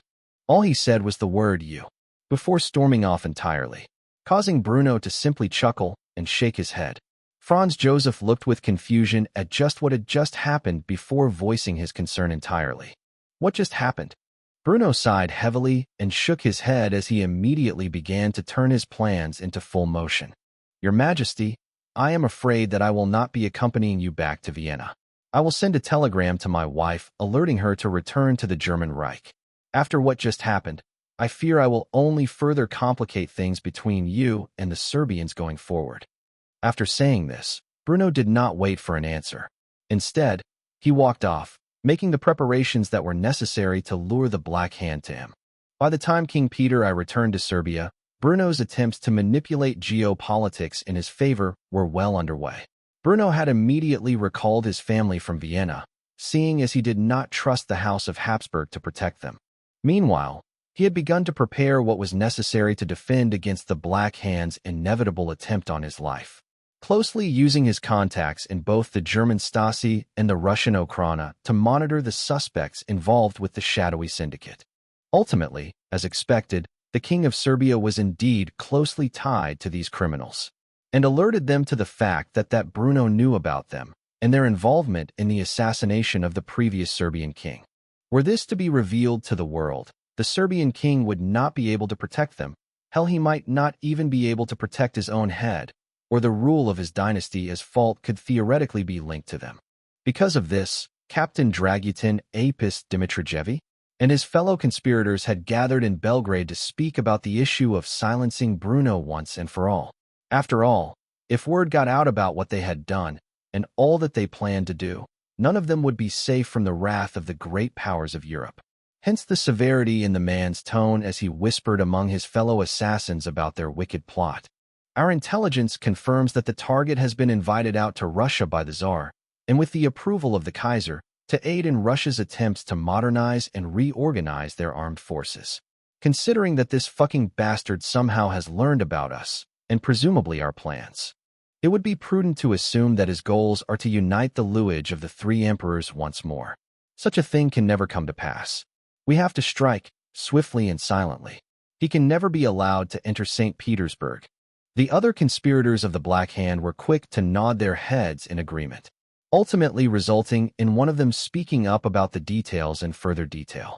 Here, the train will pass through Königsberg, and shortly after it passes through Russia's westernmost territory, we will force it to come to a halt, where we will board the train and execute the man as he sits in his cabin.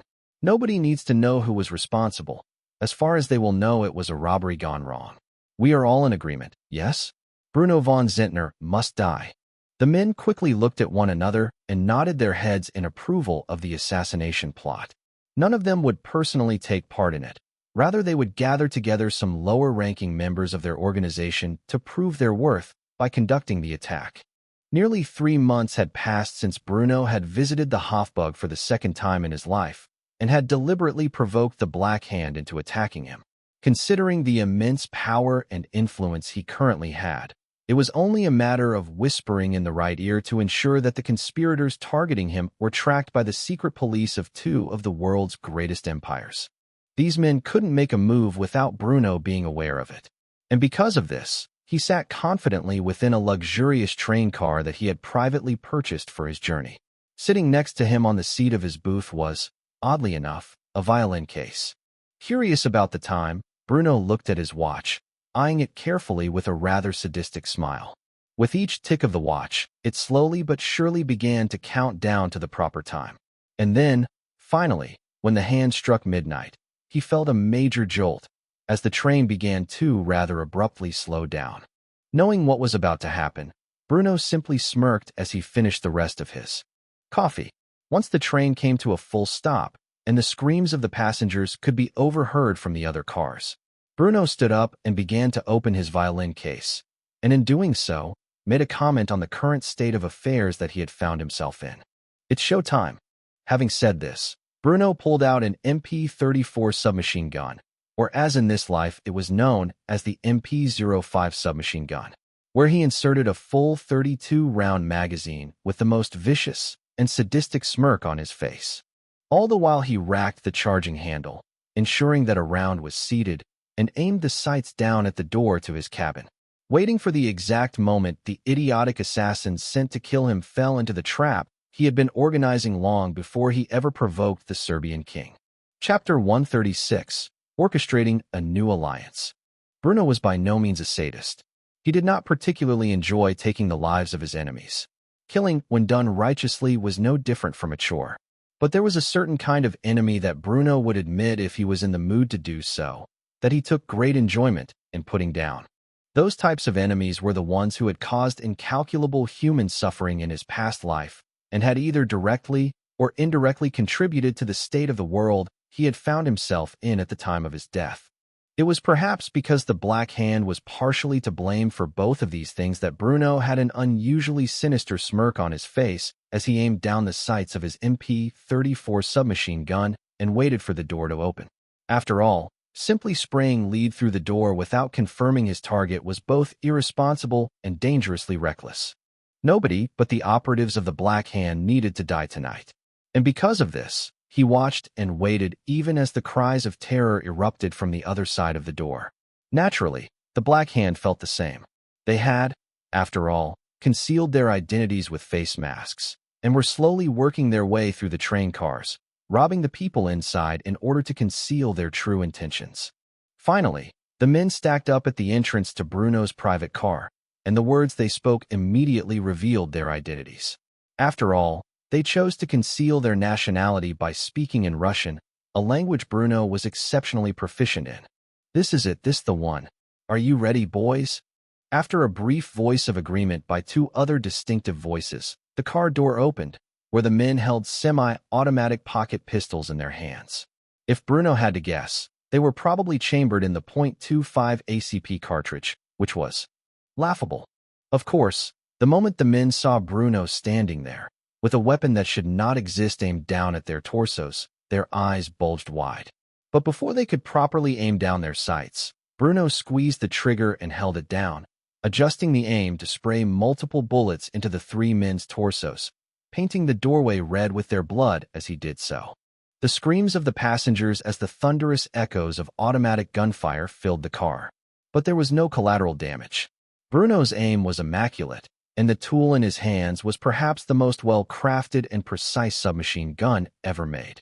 The bullets hit their marks and caused the assassins' bodies to drop to the floor as they quickly faded away into the afterlife, where the devil would keep their souls for all eternity. After killing the three members of the Black Hand, Bruno swapped out his magazine. Though it was not completely depleted, there were not enough rounds left within it to ensure his safety, should another member of the Black Hand be hiding among the civilians within the train. Instead, Bruno assured the frightened and panicked passengers that they would remain unharmed so long as they did not approach his car. "Do not fret. Please calm down. I assure you all, I am a prince of Russia and a field marshal in its army. The authorities are on their way to secure the scene and investigate this crime. As for you all, if you have no ties to these men who so brazenly robbed you all of your personal property, then you will be safely escorted to St. Petersburg after the investigation is complete." After saying this, Bruno recovered the weapons from the dead bodies before returning to his car, where he shut himself inside, waiting for the Russian secret police to arrive who were already on standby, waiting for the attack to happen. The entire affair took several hours to conclude, but after a thorough investigation of all passengers, several suspicious individuals were indeed found embedded among the passengers and were apprehended by the agents of the Okhrana. They were interrogated, rather ruthlessly at that, and compelled to confess to their crimes. Whether it was their ties to the mysterious Black Hand, or the fact that they were active officers in the Serbian military conducting an attack on Russian soil against a Russian prince under the orders of the Serbian king. Everything came to light when one knew how to apply the right pressure to their victim, a prisoner. And when it came to the Okhrana, few men in history were better in the prestigious arts of interrogation. Because of this, the Tsar learned very quickly what had happened and who was responsible, thoroughly outraging him to the point where he denounced the Serbian royal family and its government as murderers, conspirators, and brigands. After which he placed economic sanctions on the nation, which would have unintended consequences on the timeline. Either way, as far as Russia was concerned, their ties to Serbia had officially come to an end, leaving them as prime real estate for the Austro-Hungarians to move into, as well as concluded the sole reason for the feud between the House of Habsburg and the House of Romanov. Naturally, the Kaisers of Germany and Austria were equally swift in condemning the attack and had quickly begun to make advances in this regard. Bruno's primary objective had been completed. Serbia would be forced to concede to this fault, and in doing so held several lower-ranking members of the Black Hand responsible, executing them publicly. In addition to this, the Serbians would be forced to concede on the Pig War and the issue of Bosnia and Herzegovina annexation by the Habsburgs. Frankly speaking, this was a political disaster of epic proportions that Bruno had deliberately baited the Serbians into. For if they did not concede on these issues, then war between three of the major powers and the Kingdom of Serbia would be inevitable. As a result, Bruno got what he wanted. Soon, a conference would be held between Kaiser Wilhelm II, Kaiser Franz Joseph I, Tsar Nicholas II, and Emperor Meiji of Japan, where the four of them would officially sign the League of the Four Emperors into effect, and in doing so, replacing the term Central Powers from the history books. Italy, however, would not look favorably on this alliance. as they suspected due to the diplomatic negotiations that took place shortly before the attack by what the Serbian king decried as rogue elements of the Serbian army. King Victor Emmanuel III believed that Bruno had conspired with the House of Habsburg to provoke this attack in order to force Serbia to concede on these matters. Because of this, relations between Italy and the League of the Four Emperors had deteriorated to an all-time low, to the point where Italy would begin approaching France with an offer of military allegiance should war break out between them and this new faction of the United Imperial Powers. The world was quickly progressing towards a state of global warfare, even if many people were still ignorant of the fact. However, unlike Bruno's past life, where the deck was heavily stacked against Germany, in this new timeline, as a result of his own actions, the German Reich appeared to be the one most favored to win. Either way, Bruno thanked the Tsar and the Okhrana for their aid on that night before retiring back to his home in Germany. His estate was still unfinished, and as a result, he currently lived with his wife and children in their family manor, one that they would cherish each passing day until the time for them to move into a more elaborate home arrived. One thing was certain, the MP-34, or the MP-05 as it was known in this life, had been perfectly crafted by Bruno von Zehntner, and it had finally seen its first test of combat, instantly gaining favorability by the other generals of the German Reich, who, until now, had been skeptical of Bruno's attempts to thoroughly reorganize the German army. Thus, for the few days of peace that were left in the world, Bruno appeared to be enjoying himself quite well. Chapter 137, League of the Four Emperors.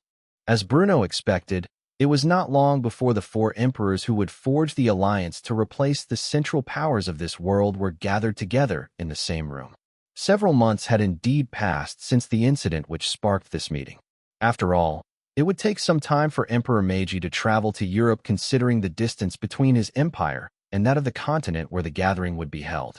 But in the end, the leaders of four of the world's major powers sat in the same room, discussing the important issues to be had. Tsar Nicholas II had frankly been coerced by Bruno into relenting on the Balkan issue, as well as taking his father's stance in supporting the Austro-Hungarian annexation of Bosnia and Herzegovina, something which he had strayed from initially upon ascending to the throne. And it was because of Bruno's subtle manipulations in this regard that the Tsar spoke to the other emperors, voicing his support for these two things.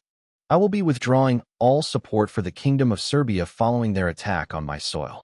Whether or not Peter assisted, or if the assassins were rogue elements of his military, I cannot accept the fact that they dared to make such a bold violation of my sovereignty. Considering this is the greatest issue that led to the collapse of the previously established order between our three empires, I am willing to relent on this issue in order to restore what had previously existed between our nations. Kaiser Franz Jospe was indeed surprised that the Tsar was willing to go to such lengths. But if the House of Romanov was willing to back off on their previous disputes over the Balkans, then there was no reason to continue antagonizing them, especially now that Russia was swiftly entering a fully industrialized state. Its economic potential was massive, and its vast natural resources would be useful to Austro-Hungary's own attempts to revitalize their military.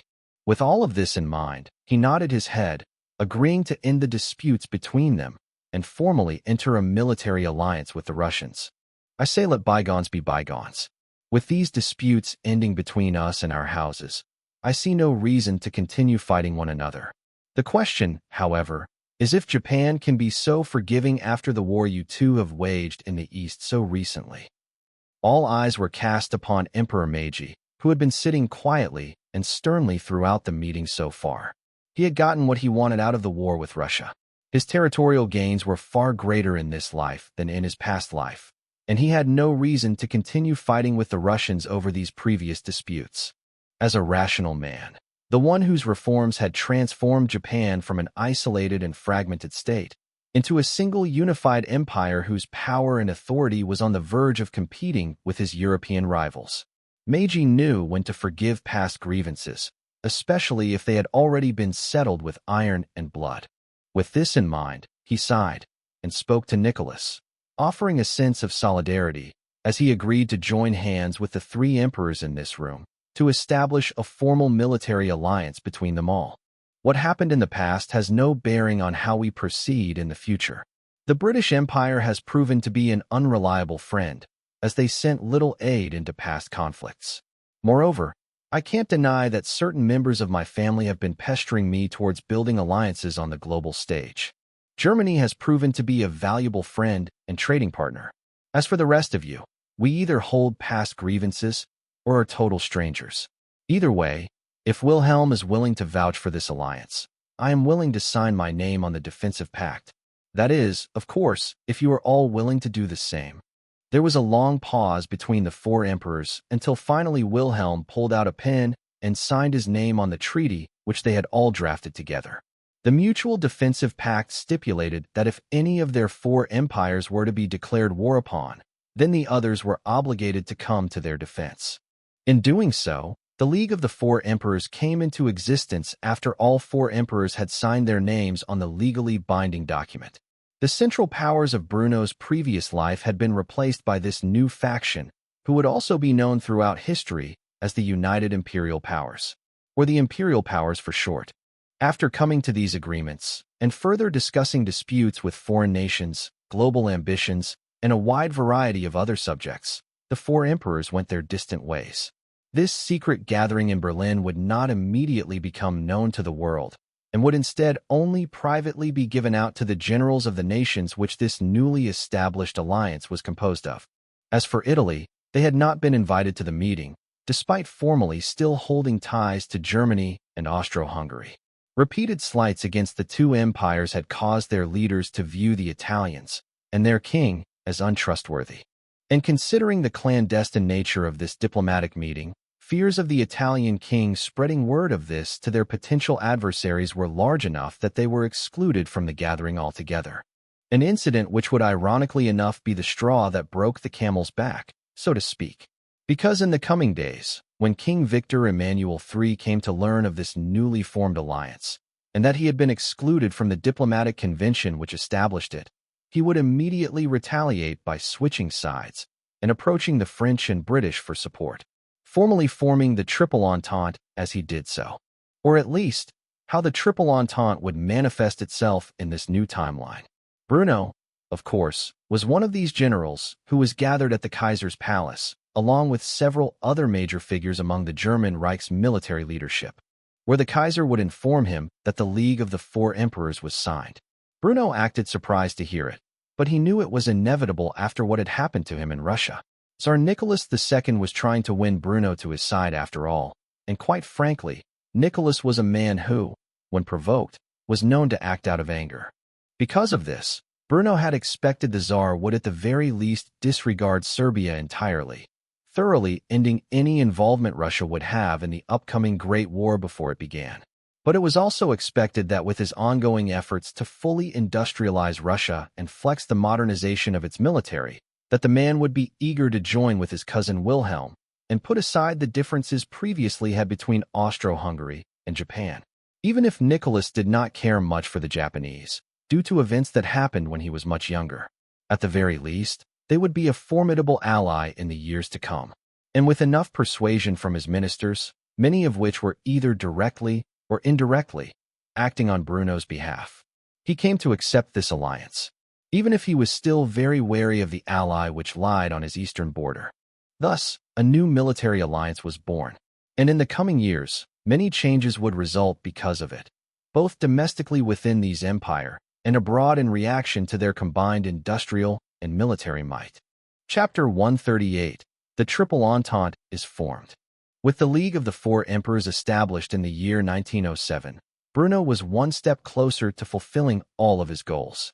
Currently, his interests lie outside of work and family was on these ambitions. For example, a joint infrastructure project was announced, partially due to Bruno's connections with his father in the Bundeswehr, where, after a small fortune was used to bribe the right officials of the three empires, Germany, Austro-Hungary, and Russia decided to work on reinforcing and extending their railways. Germany had begun undergoing this effort after Bruno returned from the Russian Civil War, and after a year of working on it, had made some significant progress. Now Austro-Hungary and Russia wanted in, which, thanks to the League of Four Nations, was a new possibility. This meant that the Russian oil fields could now ship much-needed oil and natural gas to their allies in the West, who no doubt would be taking the brunt of the fighting against the Entente when the Great War finally broke out. This was a major relief for Bruno, firstly because he had yet to really establish ties to Romania, where he could coerce them into siding with the League of the Four Emperors, and thus gain access to their oil deposits. Meanwhile, his efforts to build the necessary infrastructure in German Cameroon were indeed going as planned, but the transport of the oil and natural gas from Africa to Europe required heavily protected convoys to get the job done. And said convoys would be prone to attacks from Entente naval forces while they were en route, making them a less than a reliable supply of critical resources to continue the war effort. And while Bruno would continue with these other two alternatives, the very idea that Russian oil and natural gas would flood into Germany and Austro-Hungary via their newfound infrastructure projects, including both railways and pipelines, made Bruno far less anxious about Germany's oil stockpiles for the future. But the League of the Four Emperors wasn't the only alliance currently making efforts towards preparing for the upcoming Great War. Italy had, in the recent months since the League was formed, discovered that the meeting had taken place without them being invited. Seeing this as their previous allies snubbing them, the Italian king decided that the best course of action was to pursue alternative allies, considering the fact that the nations he thought were friendly to him had formed a secret alliance behind his back without even consulting him. As a result, King Victor Emmanuel III arrived in Paris to meet with the representatives of the French and British governments, both of which were growing incredibly anxious about the current state of affairs in Europe, especially after the Italian king betrayed his former allies and warned them what the Germans were up to. It is simply outrageous. We had formed a pact in years past, and yet the Kaiser did not even invite me to this secret meeting held for the sake of forming a military and economic alliance. It is clear to me now that they never wanted Italy to side with them. They were merely taking advantage of my friendly nature and my naivety. While the British and French representatives didn't outright say it, they conveyed with their eyes that they were incredibly lucky that the Kaiser had excluded Italy from this secret meeting, as it meant there was one more nation to fight alongside them.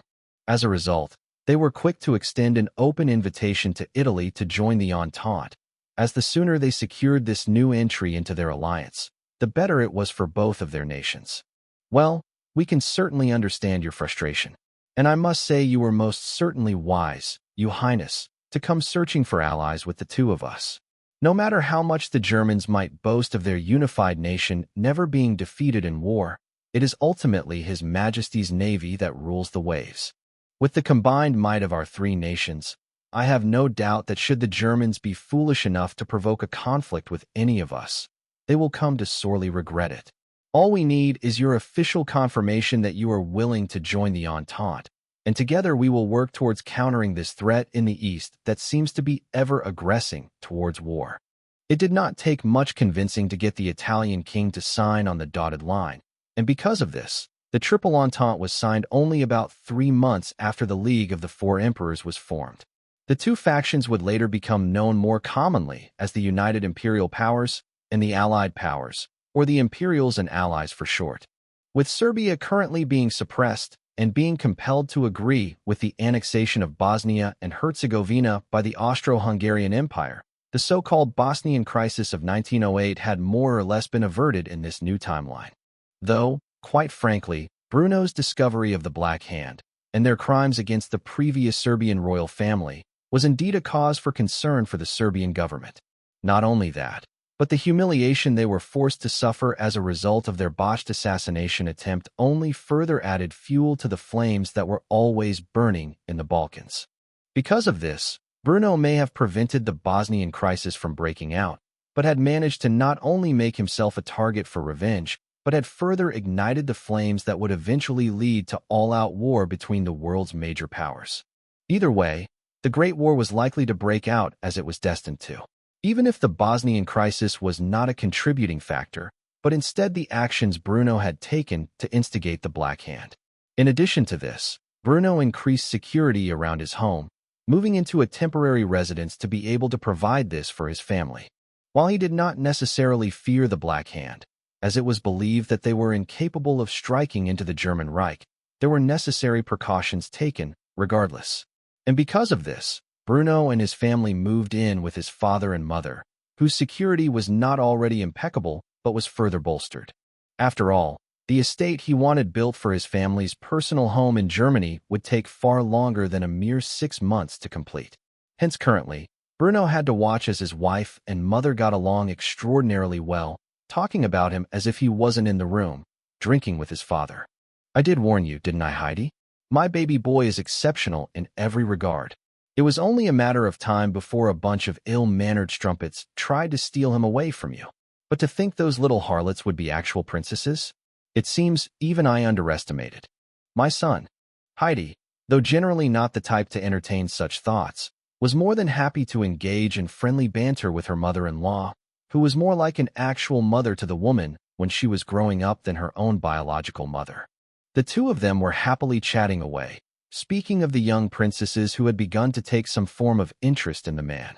Oh, I assure you, I have made it clear to all those little girls that my man is my man alone. They simply don't have a chance to compete with me, anyway. It's not like my husband is the type of man to go after little girls who had yet to fully grow into their bodies, right, dear? Bruno was in the middle of a card game with his father, as the two sat in the living room not far away from where the women were gossiping among themselves. Bruno was about to respond when his father glowered over his cards and silently shook his head, giving the man a warning with his eyes that told him not to say any more than was necessary. Because of this, Bruno stopped whatever protests he had in mind and simply agreed with his wife and mother, both of which were staring right into his very soul. Whatever you say, love. After saying this, Bruno lowered his head and looked back at his cards, trying to avoid the piercing gaze cast his way by his wife and mother, both of which were women who had a borderline obsession with him. It was ultimately after they had begun talking again, to the point where they were no longer paying heed to what Bruno and his father were saying, that the old man finally sighed heavily and shook his head before quietly speaking to Bruno in a way that concealed his words from those prying ears nearby. I'm amazed, but that little girl ended up turning out exactly like your mother. I don't know whether I should congratulate you or mourn your loss. Bruno remained utterly silent, not wanting to engage in such a conversation, and instead played with his next hand. Either way, now that he was temporarily living with his parents, his mother and wife would be spending a lot more time together. Chapter 139. Brothers United Once More. Bruno's life had become slightly different from his normal days ever since becoming an adult, marrying his wife, and starting his own family. For the first time in a very long time, he was forced to return to his parents' home, not out of any form of economic crisis which saw him evicted, nor a natural disaster that saw his family's home destroyed. No, Bruno was simply waiting for his new estate to be built, and had gone out of his way to provoke some powerful forces which now wanted him dead, and had already tried on one occasion to kill him. Because of this provocation, he had decided to move into his parents' estate, which had its own security which had been vastly increased and improved since Bruno's arrival. His father, being a former military officer and currently one of the highest-ranking politicians in the Reich, was naturally aware of why his son was temporarily moving back in with him, even if he didn't tell the boy's mother about it. Since this was the case, Bruno found himself being doted on by two women rather than the one that normally did. His wife had always been very attentive to whatever Bruno needed, so much so that she was there to help him, even when he didn't realize he required it. But when it came to doting on Bruno, his mother took it to the extra mile. Having not really seen her son outside of family gatherings since he moved out for the academy, she was more than happy to have the youngest and most favorite son temporarily return to his childhood home. And because of this, she was not only doting on Bruno, but his wife and children as well. After all, Elsa had as much love for Bruno's children as she did him, and he was the only one of her sons who had actually named one of his daughters after her, just adding to the woman's affection for her youngest son, and in doing so cement his place as her favorite. Because of this, Elsa was running around the house, looking after her grandchildren, all the while making sure Bruno was nice and comfortable. But today was a day that Elsa was honestly dreading, and that was because it was the day that one of her other sons and his family were scheduled to visit. Seeing how Bruno had troubles with his older brothers while growing up, Elsa was fearful that the two siblings would not get along, especially since Bruno had always been quiet and aloof at the annual family gatherings. So, You can indeed imagine the woman's shock and surprise when Ludwig came home and hugged his younger brother, as if he had been waiting to see the man for over 20 years. Ludwig had initially been the brother, who was perhaps the vilest to Bruno in their youth. But having lowered his head in humility and asked to serve beneath Bruno's command, the man had actually formed an unbreakable bond with his younger brother, an unwavering respect for the man after their time together in Russia. And of course, Ludwig was the one who the war had taken its toll on the most, having been sent home early in order to avoid developing a severe mental illness, one which the man would never recover from. Elsa had not entirely been aware of the extent to which the two brothers had grown close during their brief time together at war, and was thoroughly surprised by the fact that Ludwig was acting so friendly with the brother he used to bully relentlessly during their childhood. "Little brother, aren't you a sight for sore eyes? I heard about what happened in Russia. Why the hell didn't you at least send me a letter telling me you were all right? Do you have any idea how worried I have been these last few months? I had to find out from our mother that you were perfectly fine and staying with our parents." Elsa frowned when she saw that she was being ignored by her two sons, and was forced to interject before Bruno could come up with some excuse for why he forgot to tell Ludwig he was all right, or that he had planned the entire incident with the Black Hand which he was speaking about. "Since when are the two of you so friendly? How much have the two of you been hiding from your dear old mother?" Elsa was quite frustrated by this sudden development, and not being informed that her favorite son was actually getting along with his older brothers and had never mentioned it. Luckily for him, Heidi was nearby and was quick to intervene. "Mother, please don't be angry at Bruno. Frankly speaking, he doesn't speak about the wars he has fought, even to me. I'm sure that only the two of them understand why they are so much closer after what they experienced together in Russia, or what had caused them to do so." Naturally, Heidi was aware that Ludwig was medically discharged from the Iron Division during its deployment to Russia. She, however, only learned recently during their trip to Vienna the exact details of what had happened in the Russian Civil War, having heard it from Bruno's lips while he spoke at dinner, and later during the night alone together where she interrogated him about it well into the morning. However, for the sake of calming down the monstrous wrath of Bruno's mother, which was only ever provoked when her sons were in question, Heidi feigned ignorance and caused the woman to sigh heavily and shake her head, saying something or another as she stormed off in a fit. Boys and their secrets. Your father is exactly the same. Once Elsa was gone, Heidi flashed a smile at Bruno before running off to comfort her mother-in-law, which had the ability to act like a spoiled little brat whenever her children perceivably wronged her. This was despite her mature age. As for Bruno, he sighed in relief, seeing as how his mother was taken care of by his wife, before finally addressing his brother for the first time since he had just gotten back from the Russian Civil War. "You're looking better than the last time I saw you. Has all been well?" It was ultimately Ludwig's wife who spoke up on his behalf, confirming that the man was indeed doing better since the last time they saw each other. "He's not the same man he was before he foolishly followed you into hell. But I would be lying if I said he hasn't gotten better since he first returned to us. Thank you again, Bruno. I'm sure this stubborn fool would have gone mad in the war had you not seen reason enough to send him home before its completion." Bruno did not argue with his sister-in-law, nor did Ludwig, for that matter. Instead, Bruno simply nodded silently at the woman. The last time they saw each other, she had been rightfully pissed with him. She had initially blamed Bruno for the state his brother was in.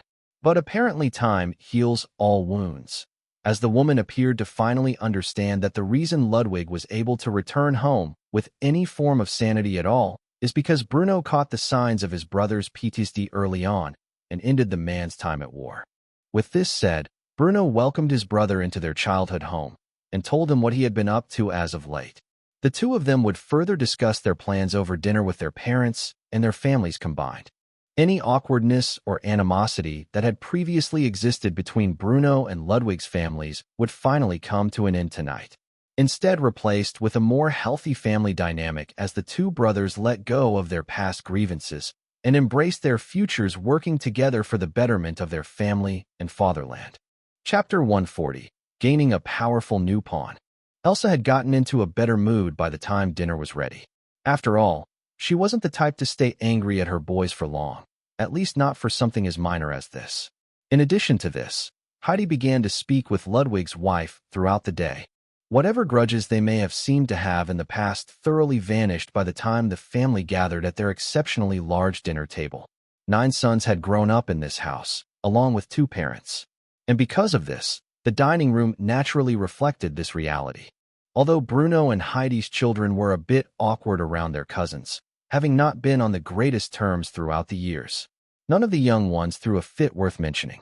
And because of this, the signs that Bruno was finally starting to actually get along with his brothers were starting to become apparent, even to those who had not been privy to this information. Bruno was naturally aware of what Ludwig had been up to over the course of the last year, having kept an eye on his family members and their pursuits in life. After all, one seldom knew when a favor would need to be called upon, and who was capable of fulfilling such a request. Because of this, he was quick to congratulate the man on his most recent appointment, having gained significant fame among the population for his actions as a part of the Iron Division, thus carrying forward with his objectives into starting a political career. After all, there were always those in society who venerated veterans, especially in a martial society like that of the German Reich. Thus, Bruno's words acted as a sort of acknowledgement to his brother's new position, as well as an expression of his hopes for their future cooperation. "I should have sent my love to you, Ludwig, when I heard that you were elected to the Reichstag at the start of this year. A pity I was otherwise occupied with certain matters in the Balkans. Do accept my sincerest apologies, would you?" The family was all too aware of the election results. Representing the interests of the German Conservative Party, Ludwig had been elected under their banner. After all, he was a von Zehntner, and one of the few men in politics from the younger generation who could actually say he was a combat veteran. Bruno's family was heavily entrenched in the German Conservative Party, as well as several other right-wing parties. With the head of their house, Bruno's father being a former prestigious member of the Reichstag and a current member of the Bundesrat, it was rather easy to rely on the family's connections to gain support for Ludwig's candidacy. Ludwig did not in the least bit appear offended that Bruno was only mentioning this now in the midst of the summer, a full 6 months or more after his election. Instead, he was quick to thank Bruno for thoroughly decimating the competition, as he had rather unexpectedly dismantled any chance the left wing had of winning significant representation in the German government. "Oh, believe me, brother, I did not take the least bit of offense. Though I am not intelligent enough to see through your plans, I trust fully that you are always acting in the interests of our family and the fatherland. Without your actions in Russia, exposing the wickedness of Marxism, the Social Democrats may have obtained a decent amount of seats, let alone the other left-wing parties that have managed to survive the outlawing of socialism and communism within the German Reich." Bruno was all too aware that the Social Democrats were supposed to gain 43 seats in the 1907 federal elections, at least if things had gone as they had in his previous life. There were other left-wing parties that were more to the center that had gained seats as well during that time. But Bruno had changed things significantly in the empire. Not only did the Social Democrats not manage to pick up a single seat, but the more center-left parties like the Free-Minded People's Party, the Free-Minded Union, the German People's Party, etc., all of which were supposed to gain a sizable minority chunk of the seats when combined together, had all failed miserably compared to the previous timeline Bruno had come from. In fact, the Center Party, which was supposed to get the majority of seats in this election with a total of 101, had perhaps half of that.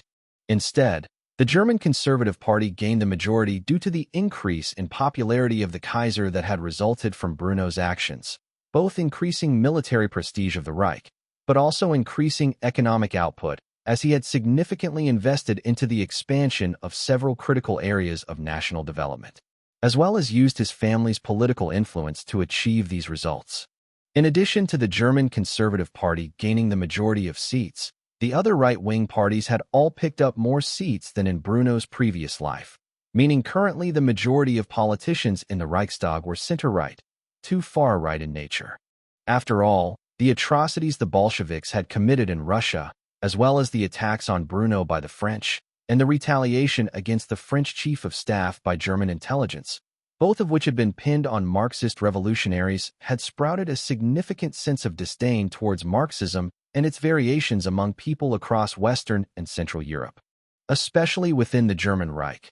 where laws were made to outlaw political parties adhering to these beliefs under the guise of political extremism and revolutionary sentiment. As a result, many of the more radical left-wing parties were thoroughly taken off the ballot and disbanded altogether. The Social Democrats only barely managing to escape this purge by claiming a new list of more center-left policies, none of which ended up gaining them many seats. In the eyes of the hardcore Marxists who remained free, they saw this as a betrayal of their cause.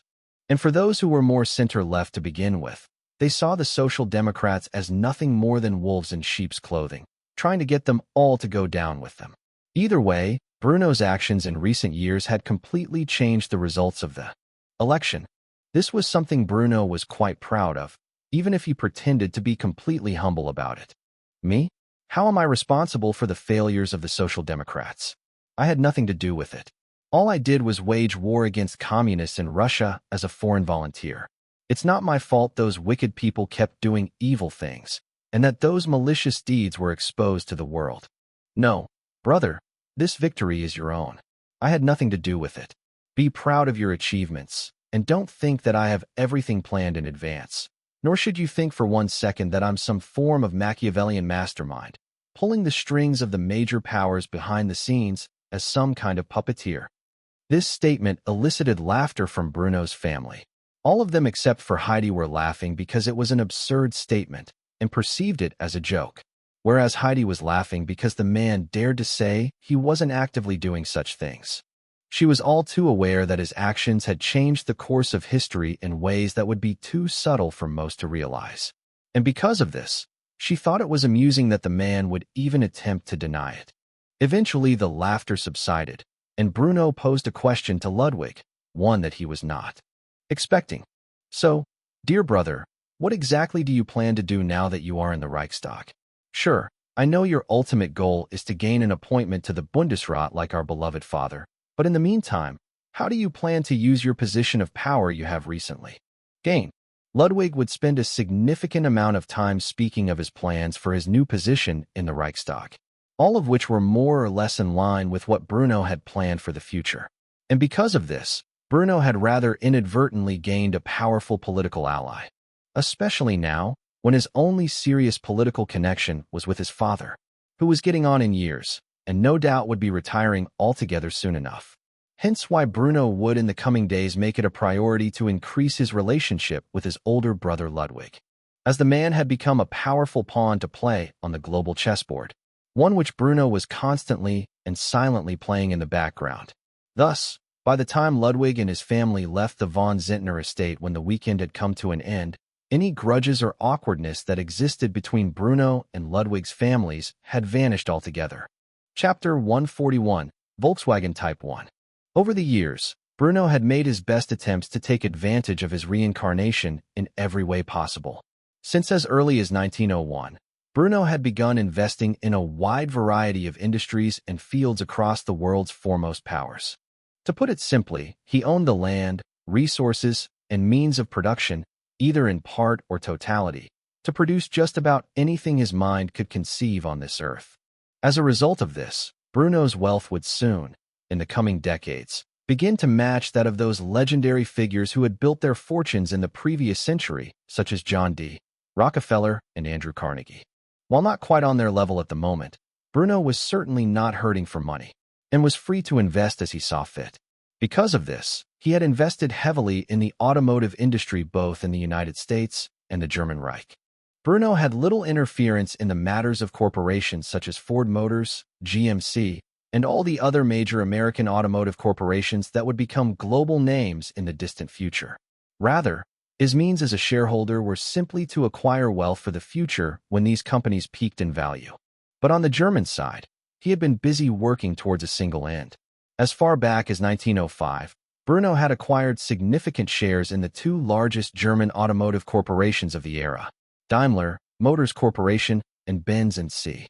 He compelled the two that year to merge under the banner of Daimler-Benz, something that would not normally occur until 1926 without his interference.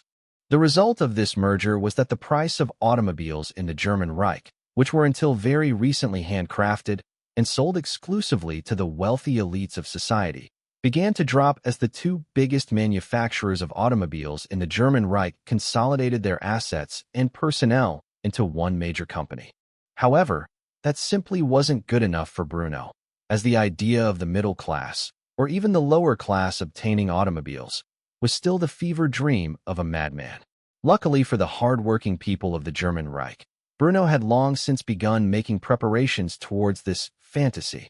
Having acquired the land to build a brand new state-of-the-art automobile factory as far back as 1903, Bruno had been in his own spare time setting up a corporation meant to bring to the market the world's first mass-produced automobile, one designed to be sold to the masses rather than the wealthy elite. If Daimler-Benz automobiles were a luxury that only the rich could afford, then Bruno's new corporation would be producing cars for the average man and his family, which was perhaps why he had stolen a name for this company from his past life. As a result of Bruno's interference in this new timeline, something rather miraculous occurred. In the year 1907, Volkswagen had produced its first automobile, the Volkswagen Type 1. It was marketed to the middle class, who were all astounded not only by the affordable price tag, but also by the revolutionary and futuristic design. Normally, had the timeline progressed as it was fated to, without Bruno's interference, Henry Ford would a year from now revolutionize the automotive industry by introducing new production methods, such as the assembly line, to bring down costs of his vehicles, making them affordable for the middle class and forever changing the landscape of transportation within the world. However, Bruno had already long since planned to usurp this achievement in the annals of human history, instead of having established the Volkswagen Corporation for this very purpose. He had more recently decided to interfere with military logistics by designing a truck towards this end. But the civilian market had been a goal of his for many years now. Hence, Bruno was currently standing in his Volkswagen factory, gazing upon the final product as it was brought to life by the many laborers in his employ. What he was staring at wasn't the most beautiful car to ever grace the earth, nor was it the most luxurious. In fact, it was a rather simple automobile by the standards of the era it was from. However, when compared to everything else on the market in 1907, other than perhaps the latest models produced and sold by Daimler-Benz, it was beyond revolutionary in design. Bruno placed his hand on the black paint of the vehicle and wore a proud smile. Not only had his efforts in establishing this corporation come to pass, but the efforts of every man in his employ had done so as well. From the lowest factory worker to the mid-level marketing agents, to the highest corporate executive who largely ran the company in Bruno's stead. Everything had progressed smoothly until today. A mass-produced automobile for the masses had been manufactured. It was the first of many to come off the assembly line today. And shockingly enough, as Bruno turned around to congratulate the factory workers on their exemplary accomplishment, they handed him the keys to the ignition. The factory foreman stood with a wide smile on his average face, as he told Bruno that the first Type 1 to ever come off of the assembly line was his to own, something that almost warmed Bruno's otherwise ice-cold heart. "Sir, the workers and I have been talking it through, and we even discussed it with the executives. What you are looking at is your vision come into life. Everyone here at the Volkswagen Company thinks you should be the one to own this vehicle. Would you honor us by accepting this gift?" Technically speaking, until every single one of these cars sold, they were Bruno's property. But the thought was quite the gift itself. And since Bruno would soon own an estate that could house many vehicles in its massive garage, Bruno saw no reason to decline the heartwarming offer. In fact, he placed his hand on the foreman's shoulder and thanked the man, as well as his workers, before assuring them they would all be proud owners of Volkswagen automobiles soon enough. "Thank you. It is truly an exceptional gift. In fact, I was already planning to give you all the first vehicles to come off the line. Your hard work has made my vision manifest, and I would be nothing but ungrateful not to reward you all for your efforts. In addition to this, I will be handing out generous bonuses to each of you for all of your efforts that have seen this dream of ours become a reality. Here, at Volkswagen, you can all have a career you can be proud of, because this company and all of your labor will change the German Reich for the better. It is the dawn of a new era, and you are all pioneers along with me for the journey." Bruno would, of course, live up to his promise, giving out very generous bonuses to the workers, especially once the sales came flooding in. They would all have very long and prosperous careers at the Volkswagen Corporation, which was officially under Bruno's sole ownership. Soon enough, the Type 1 Beetle would be flooding the streets of every major German city, as Bruno had single-handedly revolutionized the automotive industry, not only by bringing down costs via ownership of every facet of production, but also by introducing assembly lines, something which Henry Ford would have otherwise become known for in the following year. Naturally, this major shift in transportation did not take away from the other means of transportation, but it did in fact increase the need for oil production, which would in turn also play into Bruno's profits, as oil and natural gas from lands he owned in German Cameroon and the Russian Empire would soon begin flooding into the German Reich, either by sea, railway, or of course by pipeline, all of which Bruno had already begun investing in. The dawn of the age of oil had only truly just begun as a result of Bruno's efforts, and the full fruit of which would be revealed on the battlefield when the time for the Great War to begin finally arrived. Bruno could only now sit back and admire how all of his efforts were converging together to support his interests. Still, he would not grow complacent. To do so would bring ruin upon himself, his family, and the fatherland. One must remain ever vigilant, and perhaps even the slightest bit paranoid, if they were in Bruno's shoes. Enemies lurked around every corner, and it would take only the slightest slip-up to end his life, and in doing so, revert the course of fate back to its natural progression. Something which Bruno could never allow, for if he did so, then all of his efforts up to this point would have been for naught. And if that were to occur, then what was the purpose of his reincarnation, if not simply God mocking him for even bothering to try? Chapter 142, The Fall of the SDP. In a mere 3 months after Bruno had introduced the Volkswagen Type 1, the vehicle could be seen everywhere on the streets. The fact of the matter is, an affordable automobile built for middle-class families and filled with comforts that weren't even found on the majority of luxury vehicles found in the Reich other than those latest models sold at exorbitant prices from Daimler-Benz, made the people's automobile the most popular car in the world. So much so that the factory couldn't keep up with the current demand. And though this was a temporary problem, Bruno did not mind it in the slightest. He would not, of course, jack up the prices despite the limited supply and high demand. After all, it was meant to be an affordable option for middle-class families.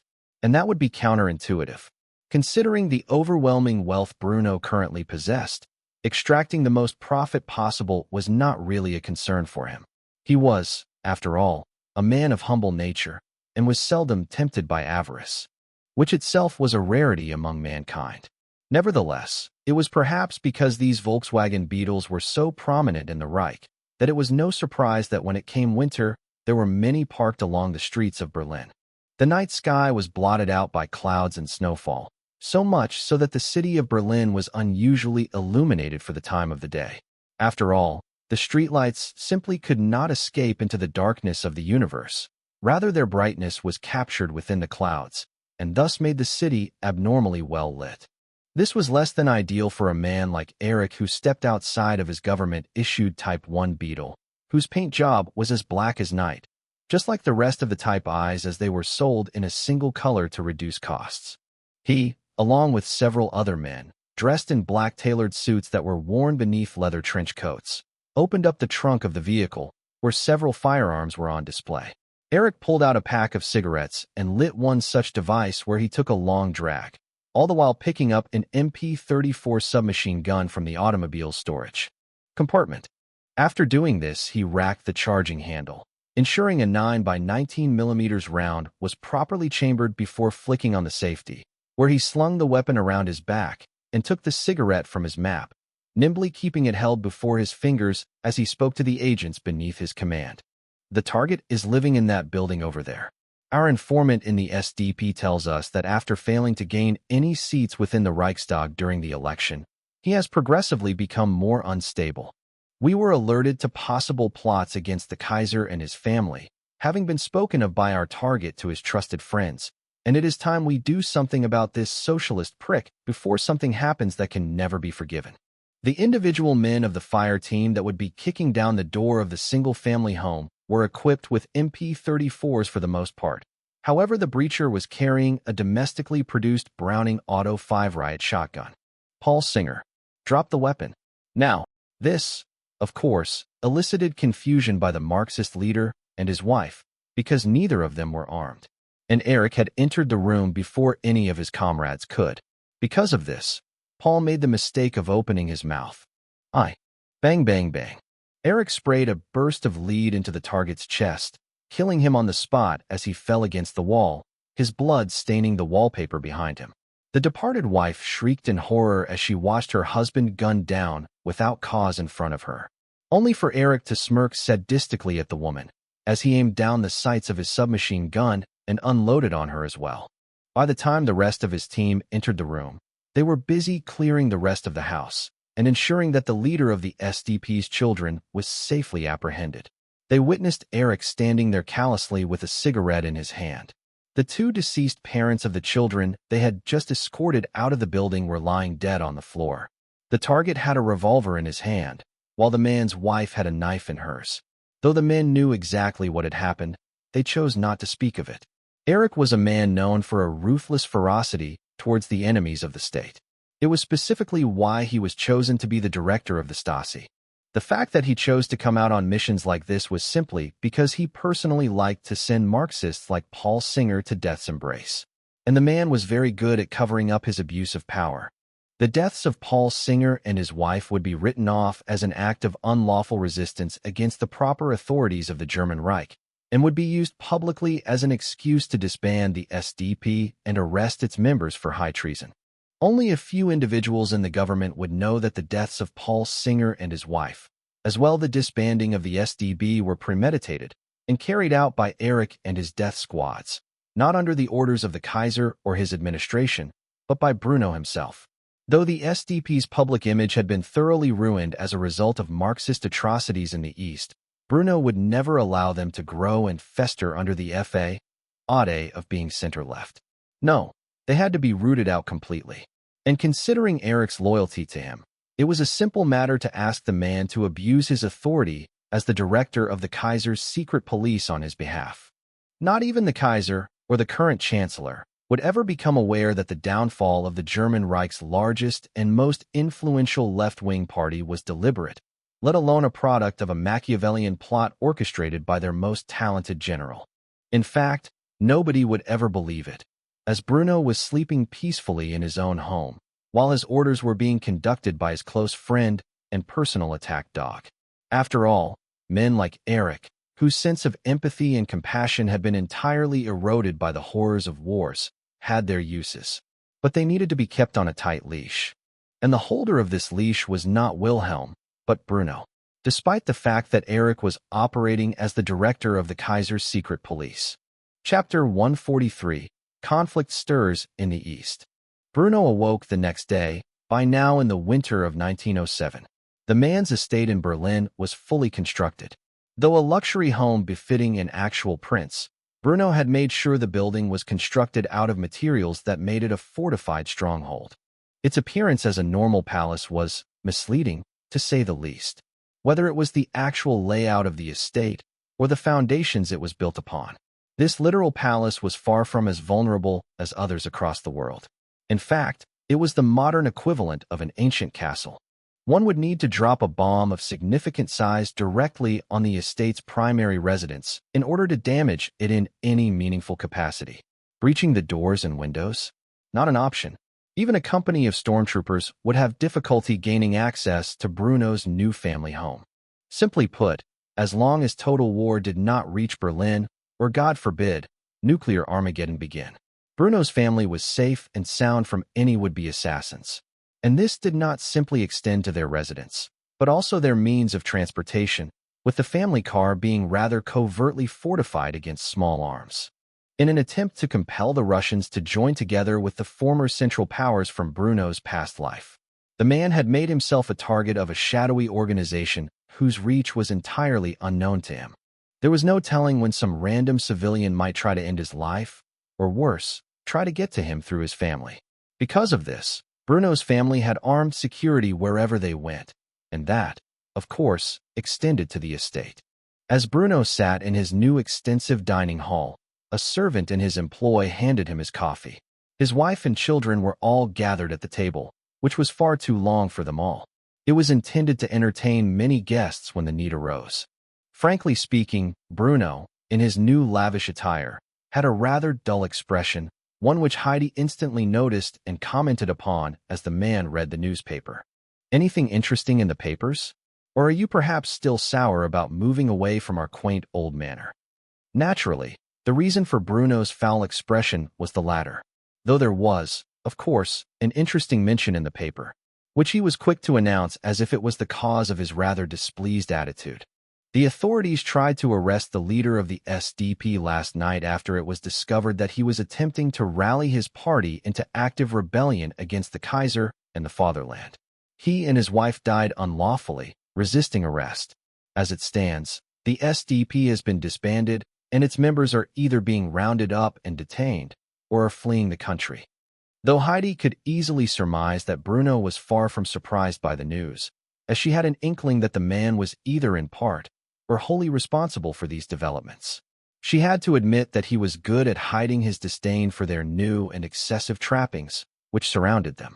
Hence why she smiled lovingly, before grabbing hold of the man's hand, assuring him that this new change of scenery was for the best. You know, I miss the old home too, but honestly, Bruno, it left no room for expanding our family, you know? Bruno narrowed his eyes at his wife, who was staring at him as if she was trying to say something important without saying it overtly. He was quick to ask the question that immediately sprang to his mind. Don't tell me that you're actually. Before Bruno could finish the sentence, Heidi leaned in and kissed him before picking up his empty plate and coffee mug. She left him with a cryptic answer as she sauntered off to the kitchen to perform the role of the help, having no desire to relinquish her command over her family's meals and their preparation in the slightest. We will know soon enough. For most, the addition of another child was a daunting task. Even in today's world, where the wealth of currency was backed by gold, having a new family member was often a costly affair. But Bruno had taken advantage of the fact that he was reincarnated over 100 years prior to his previous death and invested thoroughly in every enterprise he could think of. His wealth would one day be unrivaled, and for the time being supporting another child was not the least bit a concern to him. In fact, this turned out to be the case. It would be a rather joyous occasion. He, after all, only had one son, and both he and his wife were still young. In today's day and age, having a single heir to the family name was risky business. It only made sense to expand their family while they still had time to do so. Hence, Bruno silently made a decision to be more active in that regard when he had the time to do so. The year 1907 had gone by rather quickly, with 1908 only being a few months away. Bruno had spent the year overseeing the modernization efforts of the German Reich and focusing on his various enterprises, which he was invested in. Creating the Volkswagen Type 1 alone had been an enormous effort, one that spanned years in the making. But the release of it on the market had resulted in extraordinary profit that was reinvested elsewhere. Meanwhile, development of the various weapon systems Bruno intended to field in the coming war, specifically in regard to vehicle platforms, such as submarines, destroyers, tanks, armored cars, armored trains, railway guns, and 3.5-ton trucks were all continuing with their development. By 1910 at the latest, these weapons would be perfected and given another 4 years to produce in significant quantities by the time the war was supposed to break out. And though the Great War could break out earlier, as the two primary factions had already been formed, tensions that had previously risen as a result of Bruno's interference in the Balkans had begun to more or less cool down. At least global tensions. The Balkans were, as always, a complete and total shit show, with it appearing like war between the various states was becoming more and more of a certainty. In fact, currently, in the Near East, or more specifically what remained of the Ottoman Empire in the year 1907, the Sultan was speaking with his generals. The Ottoman Empire was far from being what one would refer to as an industrialized society, with its industry lagging behind even the Russians and Austro-Hungarians. Rather, it was a largely agrarian empire, one with many, many problems. The multi-ethnic and multicultural makeup of the empire in a time of fierce nationalism was, of course, a severe weakness, one that had been ravaging their borders for decades. Speaking of this weakness, There was a group of exiled intelligentsias from a variety of political beliefs, religions, and ethnic/cultural backgrounds who were gathering power behind the scenes. The Young Turks, as they were known, was a loose collection of individuals who more or less agreed on one single principle. The time of the Sultan's autocracy needed to come to an end, and the constitution of the Ottoman Empire needed to be restored. Simply put, Bruno's actions in Russia, which had ended the Tsar's own absolute rule, albeit also ending those dissenters who would eventually overthrow the House of Romanov altogether, had in some way or another inspired these would-be revolutionaries to take action against the Sultan. However, there was a greater concern the Young Turks had, and that was the hopes that restoring the constitution would prevent the great powers from interfering in their dying empire's affairs. After all, Austro-Hungary, while effectively in control of Bosnia and Herzegovina's administrative affairs, was eyeing the region lustfully with intent to fully annex it. And in many ways, Bruno had secured this ambition for the House of Habsburg. It was simply a matter of time before they acted on it. As a result, men like Ahmed Niazi Bey were currently gathered together in the winter before 1908 for a single purpose: to plan their revolution, an act whose intent was to compel the Sultan to adhere to their demands through violent force if necessary. Because of this, the ethnic Albanian, who was one of the leaders of the Young Turks movement, was speaking to his fellow would-be revolutionaries with a fiery passion as he did so. "You have all seen what I have seen. The great powers of the West are moving in secretive and suspicious manners. I would not doubt if they were all plotting against the Sultan and intend to make a move for the Balkans as a whole. Time and time again the Sultan refused to answer to our demands. And because of this, I fear there is no peaceful solution left, lest we be overwhelmed by the greed and avarice of the great powers. The time had come to choose a side. Will you stand with me and fight until the Sultan ends his tyranny and restores the rule of law? Or will you bow before him and continue to endure his abuse and humiliation until our enemies are marching through the streets of Constantinople?" The room echoed with calls to war, as they all shared the same concerns as Ahmed Niazi Bey. The time for peaceful solutions had come to an end. The time for war was now. Revolution was a matter of survival for the Ottoman Empire, or so these men believed. Truth be told, the empire was doomed to collapse even if they emerged victorious in the coming Great War. But the future was hard to tell, unless one had either come from it directly or was granted the gift of foresight by the Lord God Almighty. Neither of these two things did these men have, and thus, war was declared. As the Young Turks' revolution began earlier than it had in Bruno's past life. In January of 1908, a few months after this meeting was held, the Young Turks would make their demands known and would begin fighting the Sultan and his forces immediately thereafter. Chapter 144, Protecting the Consulates. Bruno entered the headquarters of the German Army's Central Division, where he found that for the first time in a while, things seemed rather exciting, with calls being connected and telegrams coming in from all over. Having not been aware of the declaration of war between the Young Turk rebels and the Sultan of the Ottoman Empire, he was surprised to find that war broke out in the Near East several months earlier than it had in his previous life.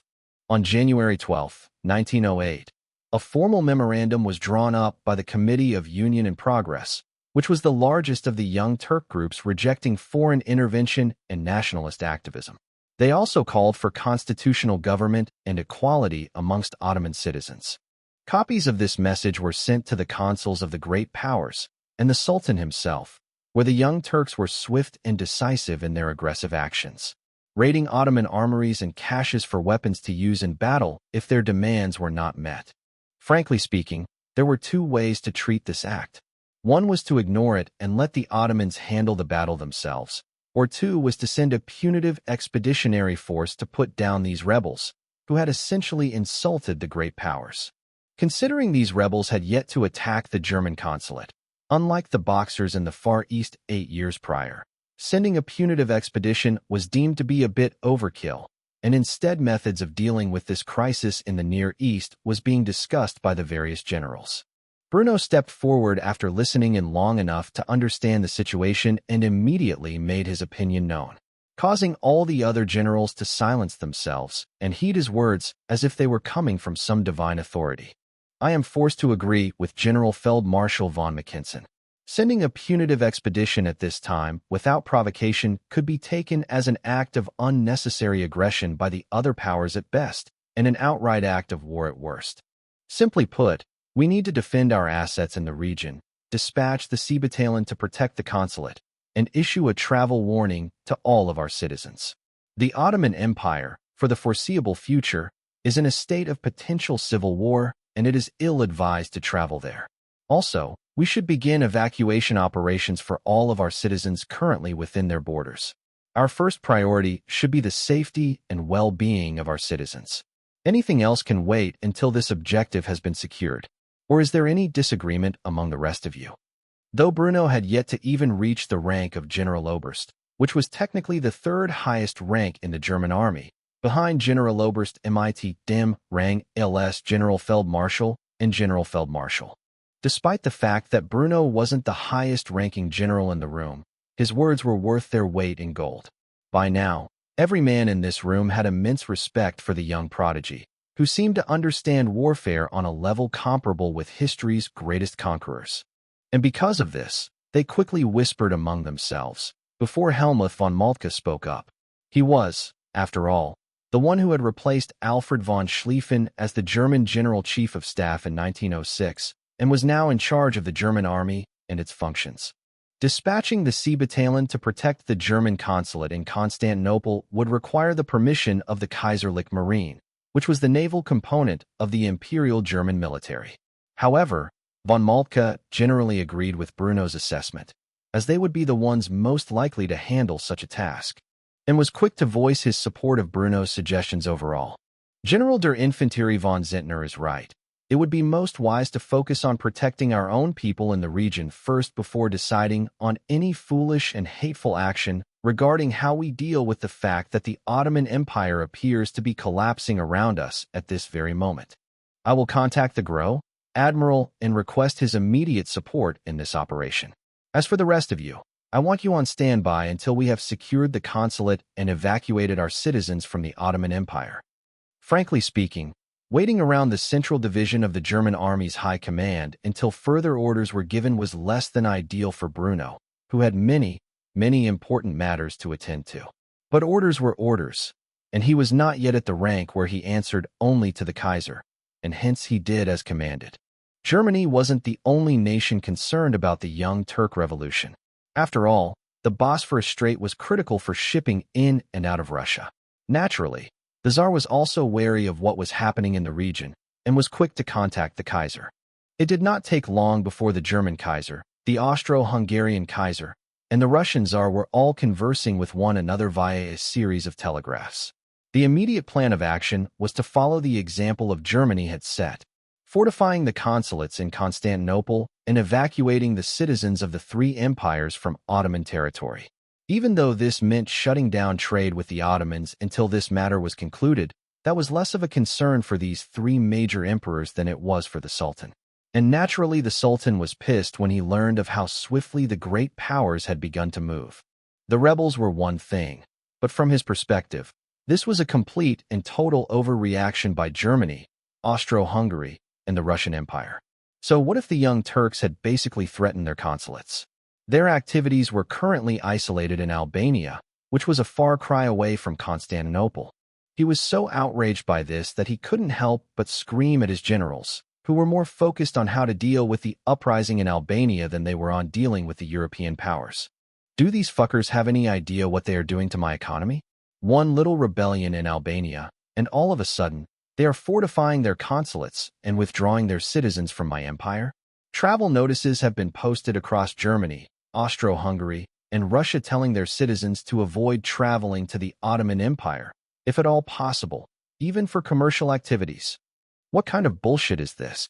The generals were obviously less concerned about the effect this little rebellion, which was still in its early stages, was having on the economy, and more so how they could rout and destroy these rebels, who were now sufficiently armed, before they could enforce their demands on the Sultan. But at the end of the day, the Sultan was an autocrat, and he needed to be appeased. Because of this, one of his leading generals stepped forward and made a bold suggestion. That was all in an attempt to appease the Sultan. Well, Perhaps we need to just make sure the European powers know that the city of Istanbul is unaffected by this little rebellion. I say that we dispatch the Bostanji to the city's streets in a show of force to these damned traitors, so that they know the capital of our great empire will always remain beneath the control of the Sultan. It was, frankly speaking, a move dedicated purely to pageantry. The Bostanji was the Sultan's personal guard. There were about 600 of them in total at the moment, and they were little more than glorified bodyguards. But they could be used to keep the peace in the city of Constantinople, and of course, be used as a means of propaganda to ensure the European powers that trade in the capital of the Ottoman Empire was still perfectly safe.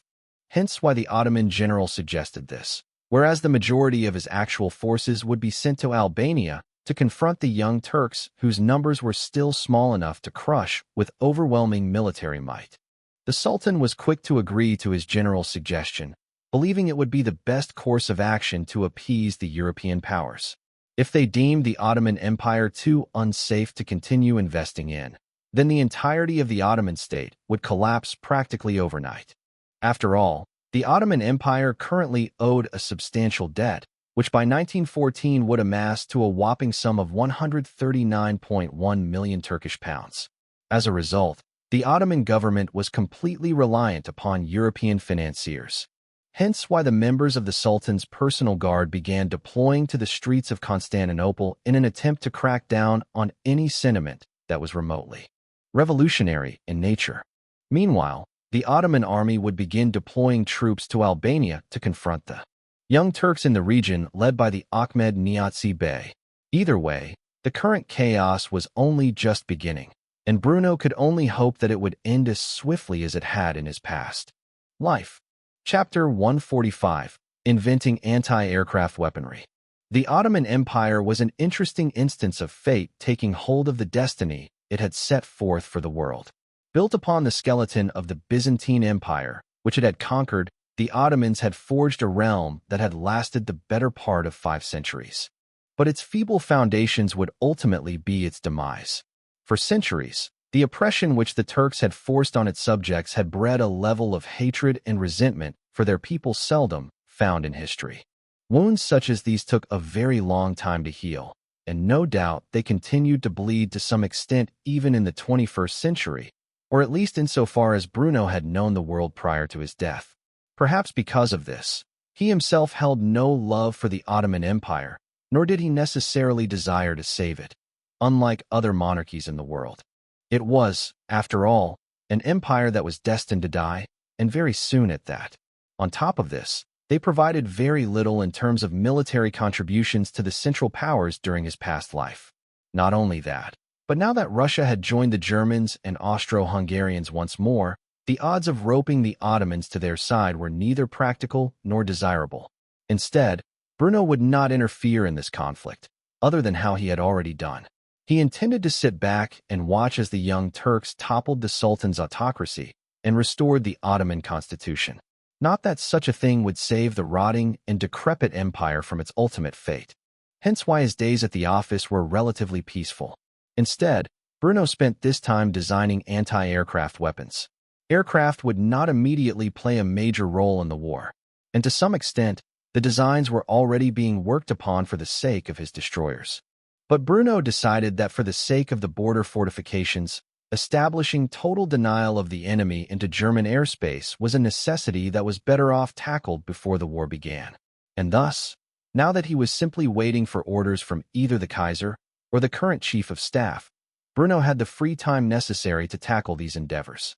As a result, he began working on flak guns of various sizes and design for the purpose of utterly preventing Allied air power from entering the German Reich. These designs he was making were based on those used during the Second World War of his past life, and would continue to be useful for the decades to come, assuming they were properly maintained. While completely capable of obliterating any air power of the current era, the 2 cm Flak 38 was more than capable of not just defeating aircraft, but also light armored vehicles, unarmored vehicles, and infantry as well. It fired a 2 cm or 20 mm high explosive shell at a rate of fire of 450 rounds per minute. albeit the practical rate of fire was significantly lower at 180 rounds per minute due to the fact that it was fed via a 20-round box magazine. The 2 cm Flak 38's effective firing range was 2,200 meters, and it could be a quad mounted on a firing device known as the Flakvierling that could result in devastating anti-air capabilities. This quad mount could, of course, be deployed either via stationary or mobile means, usually either in the bed of a large truck or as a mechanized turret on a flak panzer, which Bruno would not be making for a very, very long time.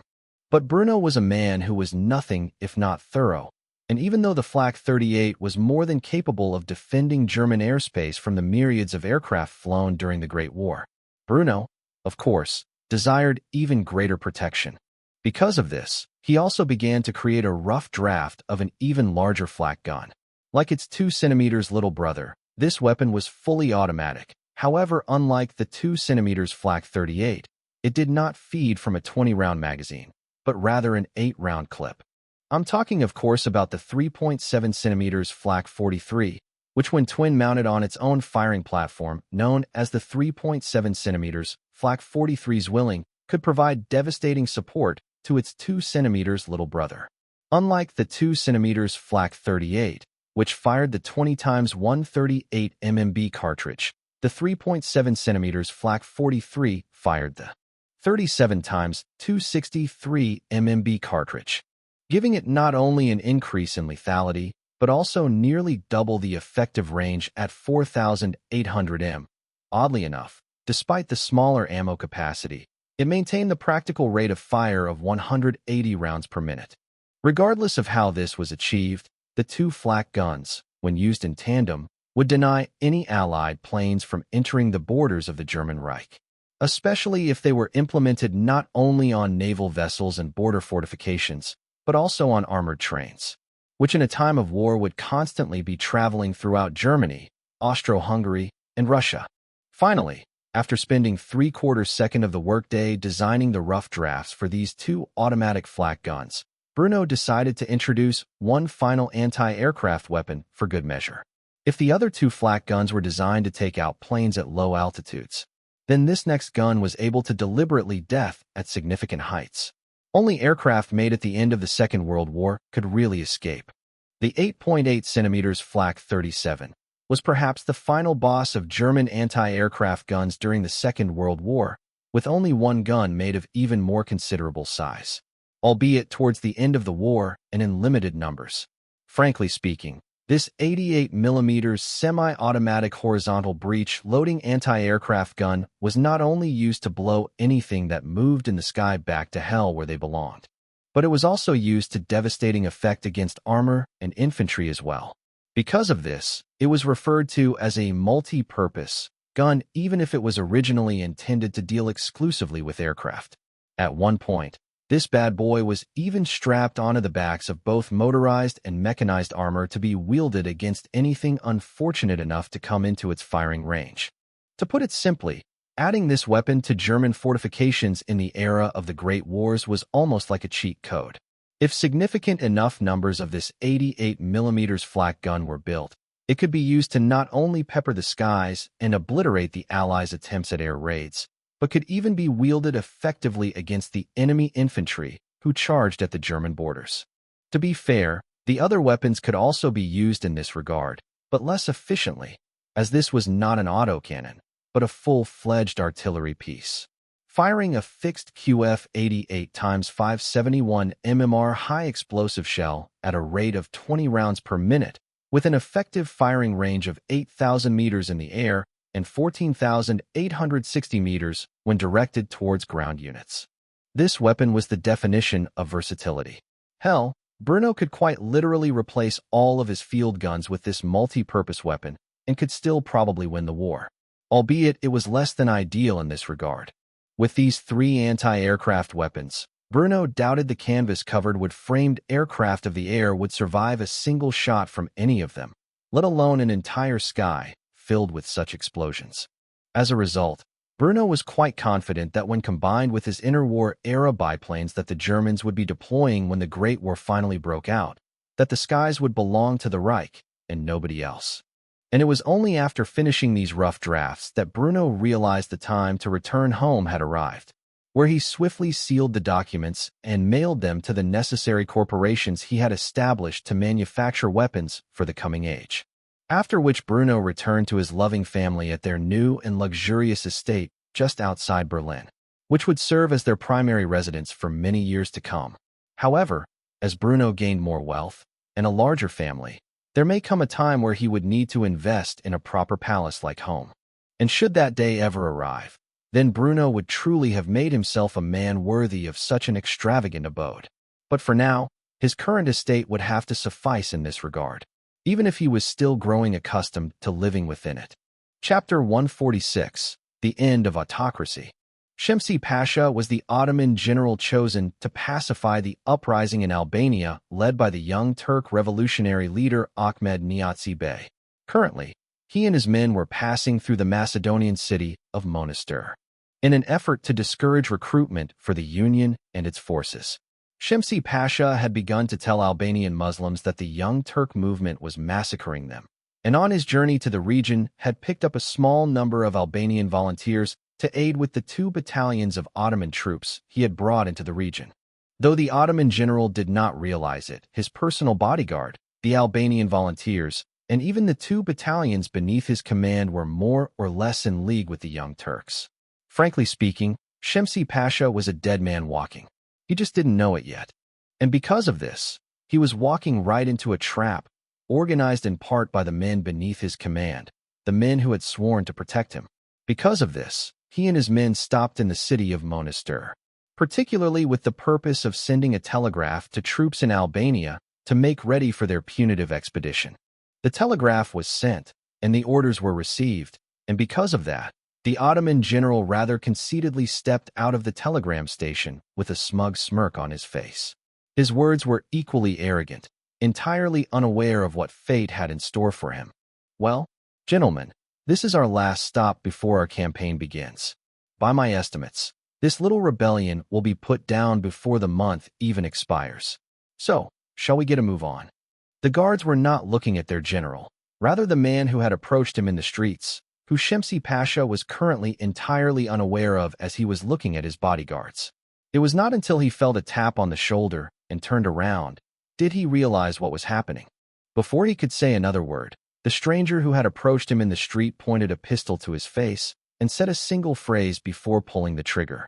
General Shemsi Pasha, the Union sends their regards. Bang! The Ottoman general was shot square in the forehead, his dead body dropping to the ground as his bodyguards reacted by unslinging their rifles and firing in the general direction of the assassin, who had begun running off into the distance. Because they were secretly in league with this assassin, the soldiers easily missed their marks, having not even really aimed for the man, but rather in the air above him. Ultimately, the assassin escaped, and word was quick sent to Constantinople that the general they had chosen to lead the efforts to squash the revolution before it really began had been killed in the streets of northern Macedon. Sultan Abdul Hamid II stood in disbelief as his generals relayed the news to him. Shemsi Pasha was dead, shot dead in the streets of Macedon, while his bodyguard looked dumbstruck at the sudden attack. Those shots were reported to have been exchanged with the assassin. The only body recovered from the incident was that of the murdered general. This was a disaster of the highest caliber, or it would have been if worse news did not begin flooding in immediately thereafter. The slain general's troops had defected to the opposition and had begun to march on Monastir with the remainder of the rebels, who had long since spread throughout the mountains of Macedon. Soon enough, the city would fall. Aggrieved by the loss of a loyal compatriot and close friend, the Sultan immediately broke out into hysterical rage as he gave the command to deal with these rebels before they seized the city. They had, of course, been spreading rapidly throughout the Balkans since first making their demands, sending these same demands over and over again with each post office taken. I want them dead. The traitors' families. Hell, even the entire villages these bastards originate from. I want them all dead and left the wolves like the wretches they are. Kill them all. Every last one of them. The generals looked over at the Sultan. Many of them were already either sympathetic towards the Young Turks or were outright conspiring along with them. The Sultan's most recent rage did nothing to calm their worries towards his autocratic rule. If anything, they became even more concerned about the future of the empire should the constitution not be restored. Nevertheless, none of them spoke of these concerns immediately. Rather, one was quick to volunteer to replace the recently assassinated general and take charge of the Sultan's demands for retribution. His name was Harry Pasha. "Your Majesty, I will gladly replace our fallen comrade and bring justice to the Balkans, even if I must burn it to the ground to do so. Give me command over the Third Army, and I assure you victory in this petty conflict."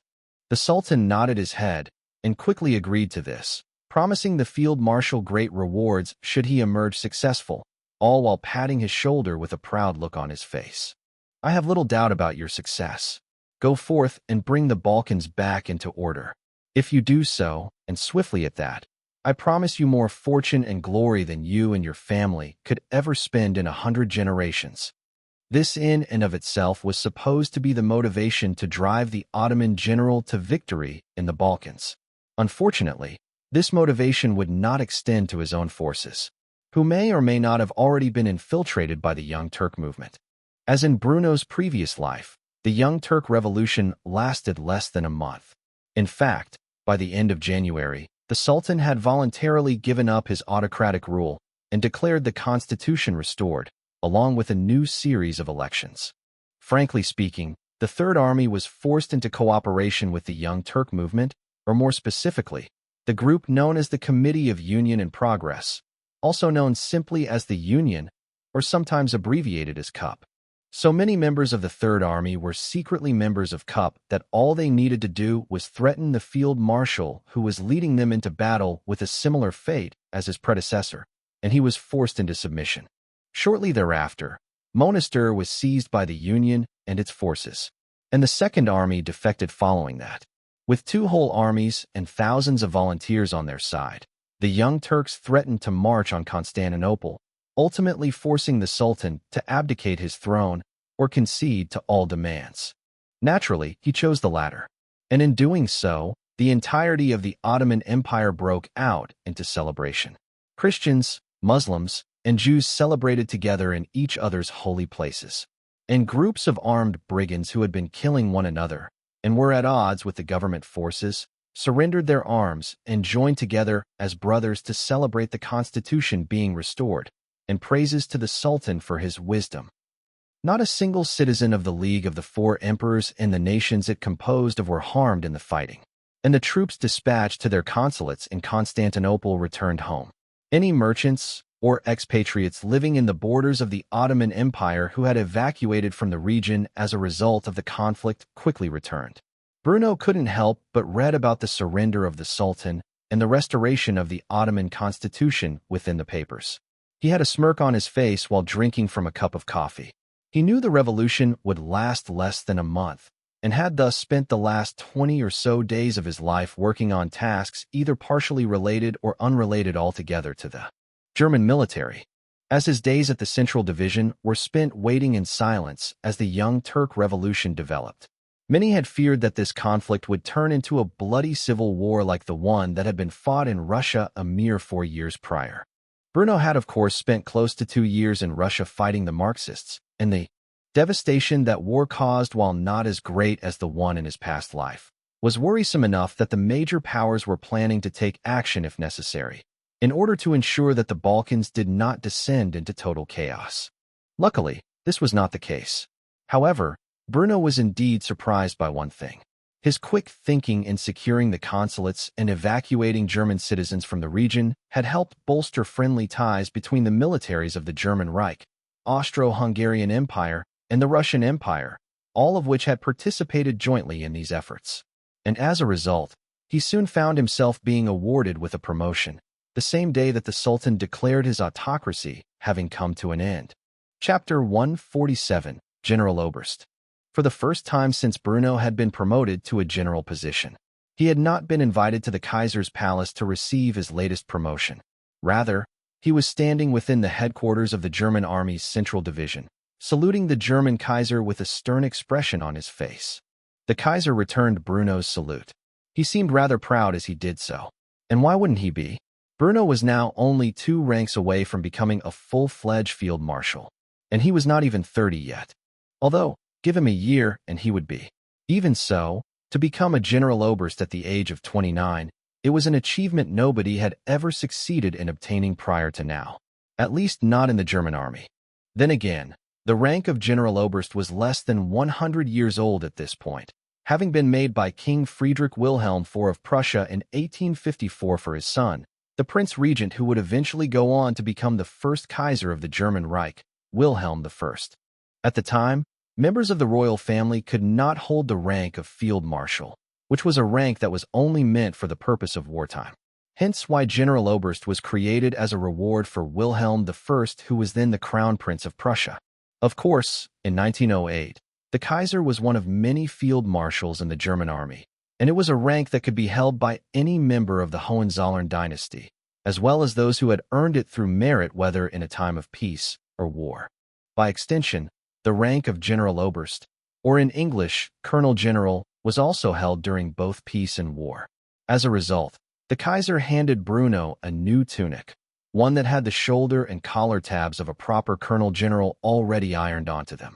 Bruno slowly replaced the jacket, where a servant came over and stripped Bruno's medals from his old Waffenrock, and instead held his jacket firmly for the Kaiser to pin them on his chest in proper fashion. After Bruno was properly adorned in his new uniform, he saluted the Kaiser, who returned his salute, before making a remark about Bruno's most recent promotion and his future in the German army. At this rate, you will be a General Feldmarschall by the time you are 35, an achievement unparalleled in the history of the German nation.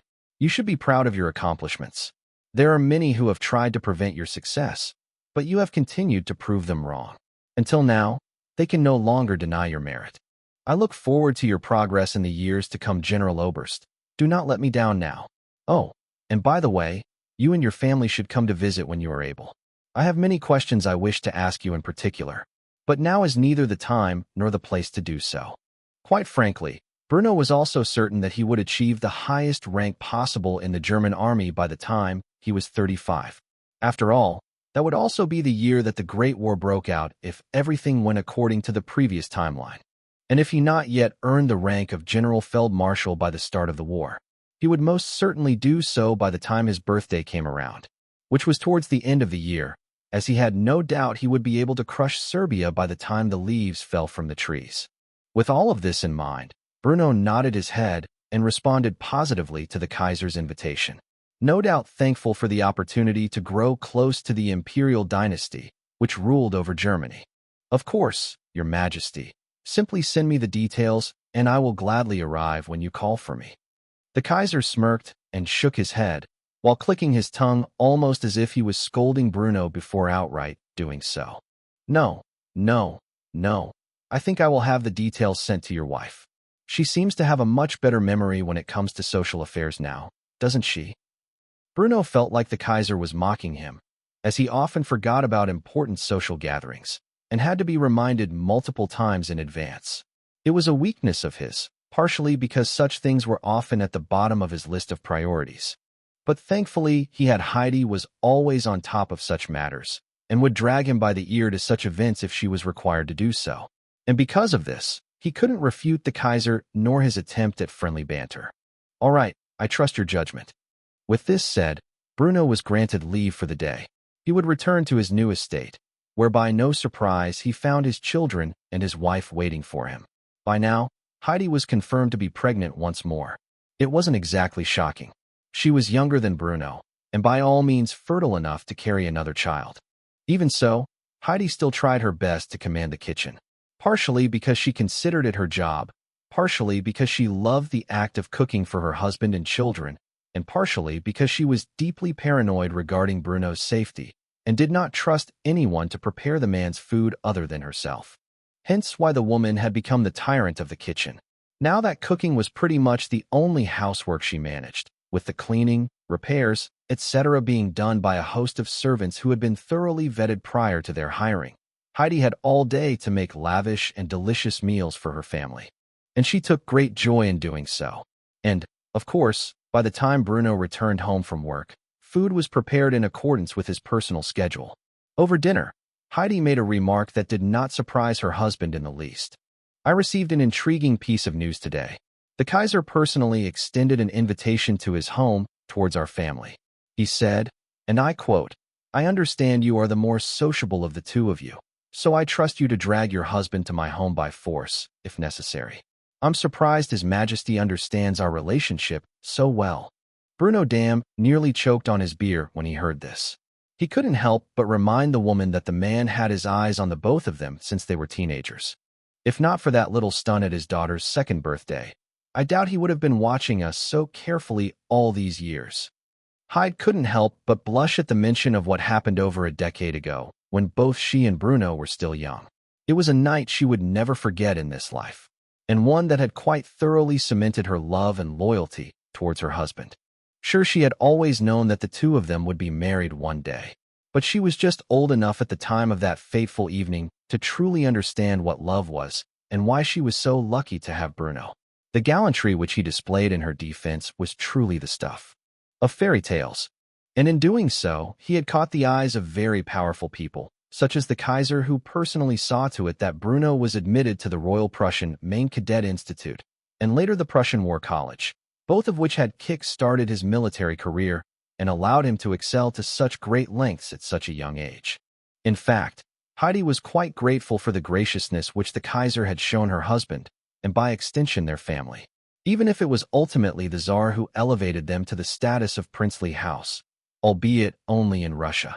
The Kaiser had done far more for the two of them, and in many ways, more than Bruno realized. Heidi's connections were deep. She was all too aware of the struggles the Kaiser had fought, with the Chancellor, with the Bundesrat, with his officers, all to help advance Bruno's career. Willem had seen something in Bruno, and at such a young age that was hard to convince others of. He had seen the man who would win him this world. A hyperbolic statement, but not an inaccurate one. Bruno's potential was unrivaled, even if the Kaiser didn't understand the reason for this fact. He understood it, nonetheless. Even so, Heidi did not tell Bruno the extents which the Kaiser had fought behind the scenes on his behalf. It was not her place to do so. When the time came, the man would reveal this secret himself, and to deprive him of the satisfaction of this revelation was, from Heidi's perspective, an act of deep disrespect. Hence why she simply congratulated Bruno on his latest promotion, while thoroughly earned from his own merit, was no doubt aided by the Kaiser's personal favor. And she did this by preparing the man's favorite meal for him and their children. Chapter 148, The Second Coming of Napoleon. It was not long before Bruno and his family were fully set out towards the Kaiser's palace. Things had begun to change in the German Reich as they drove through the streets. Traffic lights were strung up, stop signs were made, and a general infrastructure designed to support the massive increase in automobiles had begun to appear. Even projects from his past life, such as the Autobahn, were either under construction or fully completed by now. Meanwhile, railways were under the process of expansion, reconstruction, etc., not only to support the heavy nature of armored trains, but the future of high-speed trains that would appear in the coming decades. The city of Berlin was the epicenter of technological progression in an era where humanity achieved the most scientific and technological progress in human history. Although should this war be lost, that era would come to an end. Technological progression in many fields would slow down or stagnate entirely, and the number of scientific breakthroughs would decrease significantly, as they had in Bruno's past life. It was perhaps witnessing Berlin's renovations, bringing in the age of a new industrial era, with the classical architecture of the old world where Bruno could see the natural synthesis of time take place. It was almost enough to bring a smile to the man's face. Even so, he remained stoic as he gazed through his windshield, driving his family towards the Kaiser's palace. By now, Bruno's oldest child, Eva, was roughly 7 years old, while his youngest, Elsa, was approaching 5.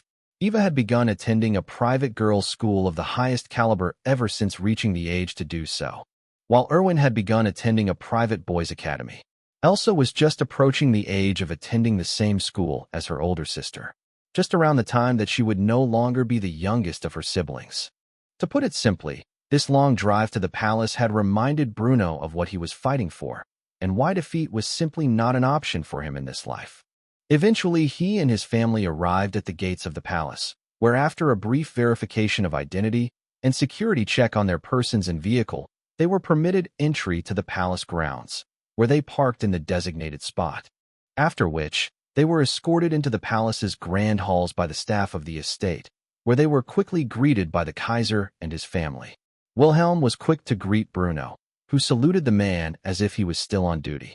Though the Kaiser invited Bruno to his home as a friend, he returned the salute nonetheless, after which he spoke to Bruno in a more informal language. Please, there is no need for such formalities. I have invited you here not for the purposes of business, but rather as my guest. You have met my daughter Victoria Louise. Is that correct? Bruno looked over at the Prussian princess, who was evidently still angry with him for establishing friendly ties to other royal families, and by extension the princesses of their households, because she simply looked away and pouted. This caused Bruno to sigh in exhaustion, while he focused his attention on the Kaiser's other children, who he all had introduced themselves to Bruno and his family. The Kaiser had 7 children in total, the youngest of which was his daughter, the oldest of which was the crown prince who went by the same name as his father. Had the German monarchy retained power in Bruno's previous life, then he would have eventually succeeded his father and become Kaiser Wilhelm III. Unfortunately, Bruno did not come from such a timeline, and thus he was simply grateful to see that these historical figures were still in the position they were. Thus, when he greeted the crown prince, who had not been given the pleasure of an introduction at this point, he did so with an unusual smile on his face. Your Highness, it is an honor to meet you at last. I'm afraid we have not crossed paths during my past few visits to your family's home. I must say, I expect great things to come from you in the future. I look forward to observing the day of your coronation, though forgive me if I pray that is a distant future. Prince Wilhelm simply smiled and responded to Bruno's praise as if it was overly lavish. After all, he really had not done anything yet to deserve such compliments, and he thought maybe Bruno was simply paying him patronage as the crown prince, not aware of why the man would actually look forward to his future reign as the Kaiser. You flatter me. I heard that was not a specialty of yours. Apparently, I have been misled. Even so, it would by no means be the same for me to speak of your accomplishments. My father speaks a great deal of praise of how you have conducted yourself so far throughout your military career. If the man is to be believed, you are the second coming of Napoleon himself. I, too, look forward to how you perform in the future. Bruno took slight offense at this remark, not only because Napoleon was the Emperor of France, but also because the man had lost 7 battles in his military career, something Bruno did not intend to repeat, and thus he was quick to make this known, even though it was a bit arrogant on his behalf. Napoleon? Now I am afraid I must correct you there, Your Highness. You see, Napoleon may have been a brilliant commander in the field who accomplished far more than I have done thus far in this life. But Napoleon also lost 7 battles, the last of which ultimately spelled doom not only for his own reign, but also his nation. God forbid I ever make such a blunder that costs me a single defeat, let alone 7 of them. No, in this life I aspire to be more like the legendary god-king of Macedonia, Alexander III of the House Arget, more commonly referred to today as Alexander the Great. Should I accomplish 1/10 of that man, then historians will be singing my praises for millennia to come.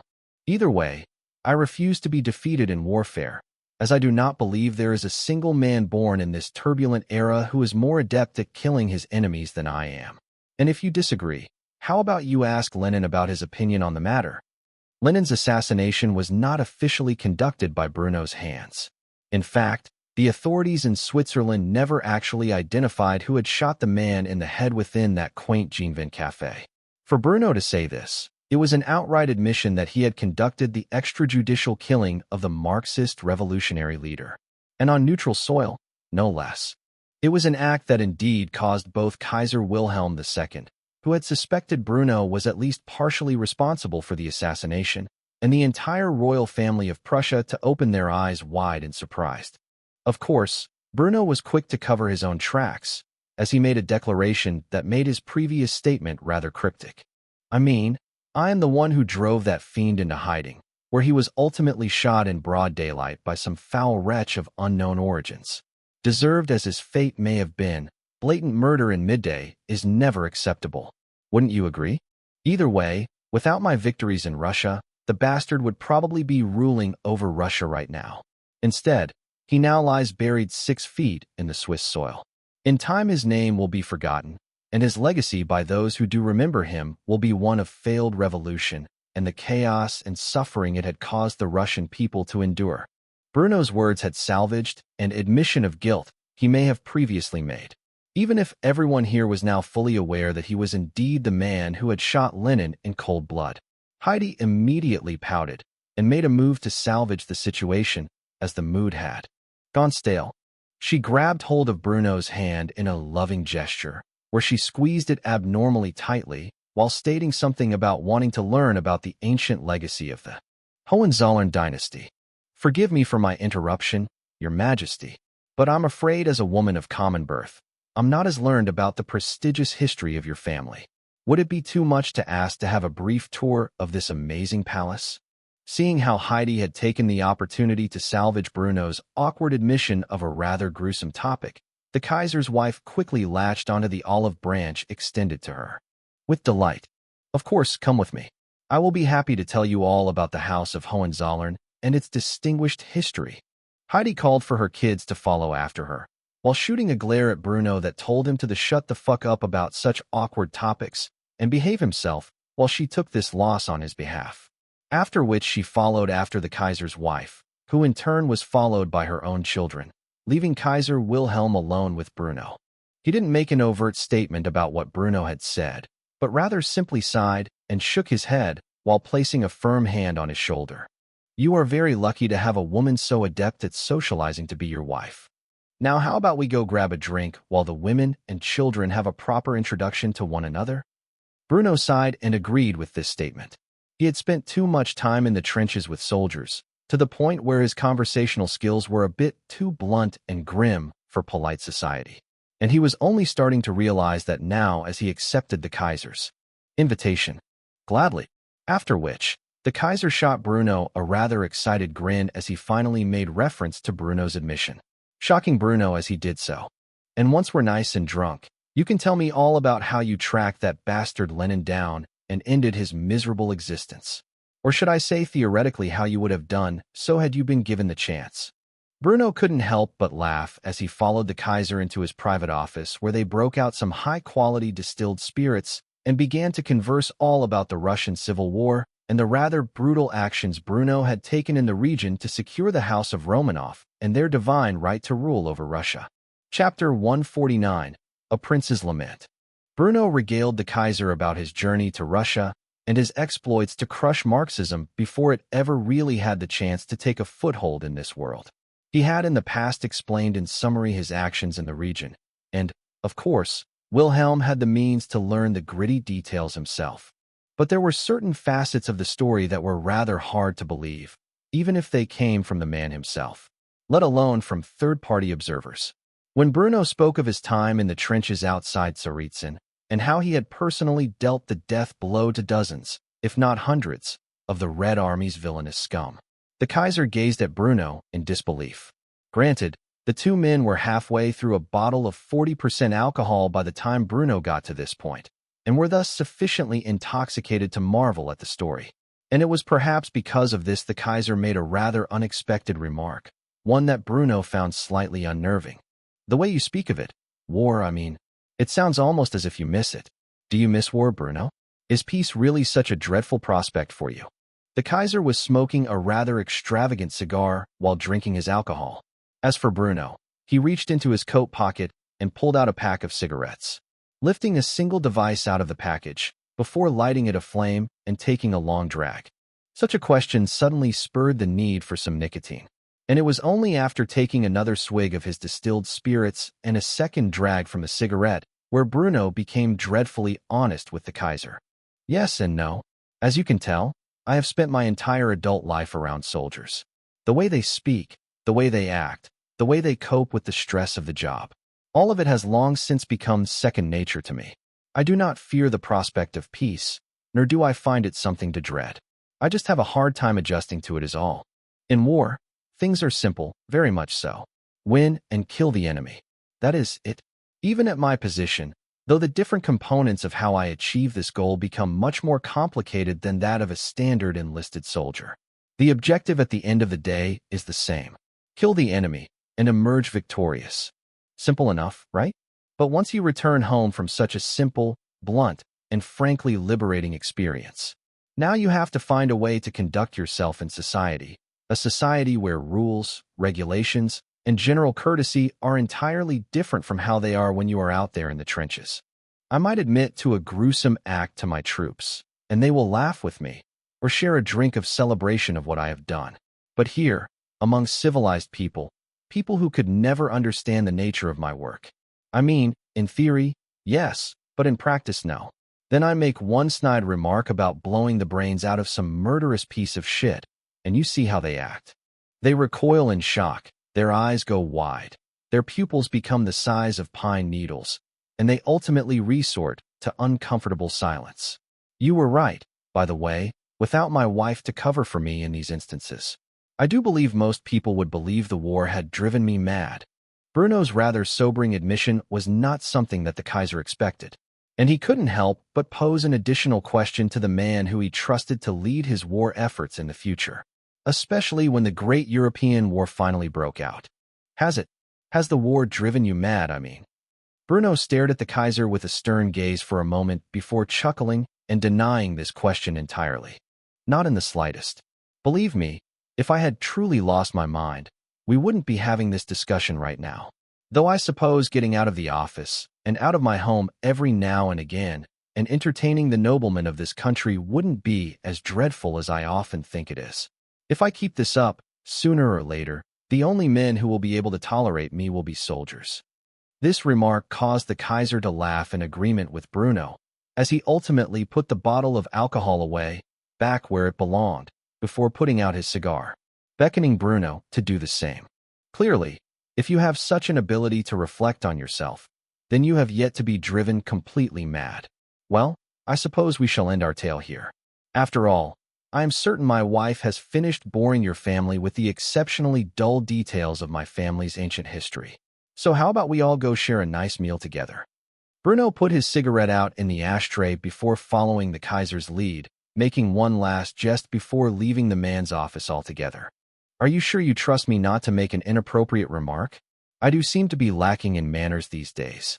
Wilhelm laughed at Bruno's joke, while assuring him he had all the faith in the man to behave like the civilized prince that he now was, deliberately reminding Bruno of the extravagant title he held in Russia, something that Bruno bemoaned every time he remembered.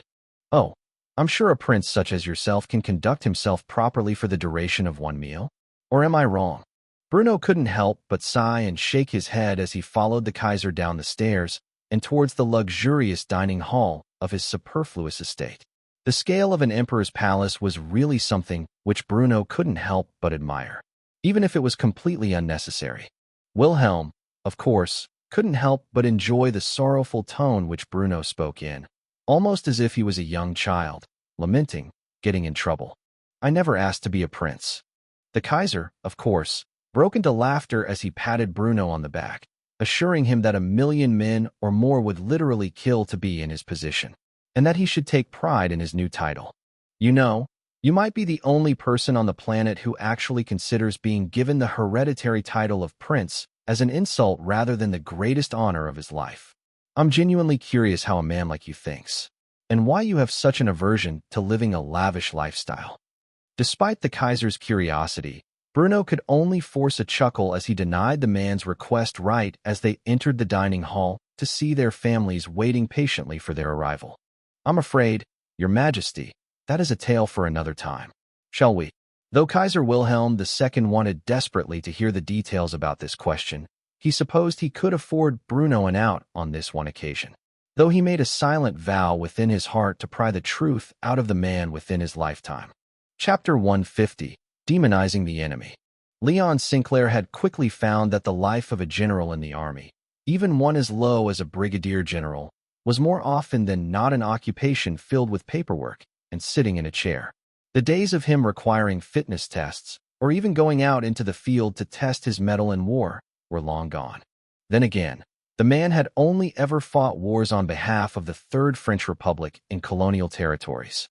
He wasn't exactly fighting against civilized nations, or at the very least nations whose military might was not on par with the nation he hailed from. His allies in the Marxist underground had been driven into silence. The French government stamped out Marxist political activity the best they could after their former army chief of staff was allegedly assassinated by them. Frankly speaking, his career was stonewalled at the time. He had been appointed to the position of brigadier general within his mid-30s as a political stunt. The man's actions in Madagascar had earned him a fearsome reputation, and with the rise of the loup de Prusse, as the French referred to as Bruno, and his tales of infamy on the world stage, the French felt the need to appoint their own menacing figure in order to save some reputation. And while the French propaganda machine was fully backing Leon, the reality of the situation was that his accomplishments paled in comparison to Bruno's, and the higher-ups in the French general staff were acutely aware of this. Hence why, even as years passed, he remained in his position as the lowest possible general rank given by the French army. Leon was a spectacle to keep the masses feeling secure. He was a poster child, nothing more, nothing less. With the assassination of the previous chief of the French army general staff, and Bruno's rise in reputation on the international scale, the French people began to feel a bit insecure, especially as the Germans continued with their efforts to build fortifications on their western borders. Leon was chosen for the purpose of being France's own martial genius for several reasons. Firstly, his actions in Madagascar had left some with a fearsome impression of him, a man unwilling to give mercy to those who shed the blood of French citizens. This was similar to the infamy that Bruno had gained as the Red Scourge in Russia. Secondly, Leon was of a similar age to Bruno, albeit a little older, and by extension, having more years' experience in the military, giving a sense of security to the less educated French citizens by virtue of fallacious reasoning. Finally, Leon and Bruno had a brief history together in the East, something most people were unaware of, other than the highest-ranking generals in the French army.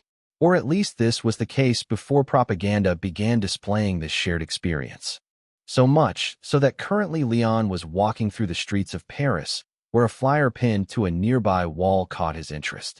There were a series of propaganda posters spread across the wall, but one of them was a particular annoyance to the man. On the left side of the poster, they had Leon, standing in front of French artillery and faceless soldiers. His appearance had been over-exaggerated, almost as if they were trying to make him look like some kind of fairy tale Prince Charming. Leon was holding a label rifle and pointing it across the poster to the right. Where was there a fictitious depiction of what was supposed to be Bruno? He was wearing a German uniform, but he had the face and form of a rabid werewolf, one that appeared to be eating a French flag while on all fours, while an army of wolves dressed in German uniforms gathered around to feast on the scraps. The caption was written in French, but when translated basically said, "Slay the German wolves."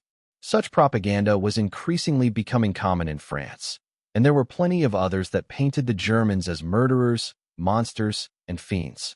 For example, there was one which displayed the Kaiser as a man hell-bent on world domination, an aspiration that Leon thought was ludicrous, and something that only an idiot would ever actually believe someone would make their life's ambition. Of course, it was a quite common tactic to portray your enemy as someone who wanted to conquer the world, and it was a tactic that would repeat itself over and over again in propaganda well into the 21st century.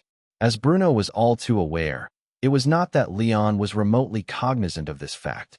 Leon could only tear the propaganda off the wall, an act that one might find conflicting with his character if they didn't fully understand who he was. Did he hate the Germans? Oh yes, but to depict them as monsters and megalomaniacs who were hell-bent on absurd goals that nobody in the history of mankind had ever actually aspired to, well, that detracted from the real reason he believed they should be hated, and only served to mythicize their military capabilities. After all, an army of werewolves was a terrifying prospect. According to legend, a werewolf could only be harmed by silver, a truly daunting concept considering there wasn't enough silver in the world to turn into the munitions necessary to kill the enemy in sufficient numbers to win a war against them. Germans were mere men, and men could be killed as easily as any other, regardless of their nation of origin. hence why Leon found this propaganda to be nothing but offensive. He tore it apart in the street and tossed it aside. All the while, a group of young children witnessed it. One girl in the street pulled up the scraps and gazed upon the handsome prince depicted in the propaganda, only to realize it was oddly reminiscent of the man standing in front of her. When she went to approach the man to ask why he tore up the poster, he simply looked at the girl with a menacing gaze and scared her off in a fearsome tone. "Get lost, you little bitch." The girl quickly fled with tears in her eyes, and though Leon didn't realize it, she would take this matter to heart, spreading rumors to all her friends and family that the man in the propaganda wasn't a prince, but rather a monster like the Germans were depicted as being. Unfortunately, nobody would believe she even met the famous Brigadier General Leon Sinclair, and that she was merely making things up, as children often do. Regardless, the propaganda was simple proof that the public sentiment in France was rapidly becoming viler and hatred towards their eastern neighbors as the French themselves began to prepare for the potential outbreak of a war with the German Reich.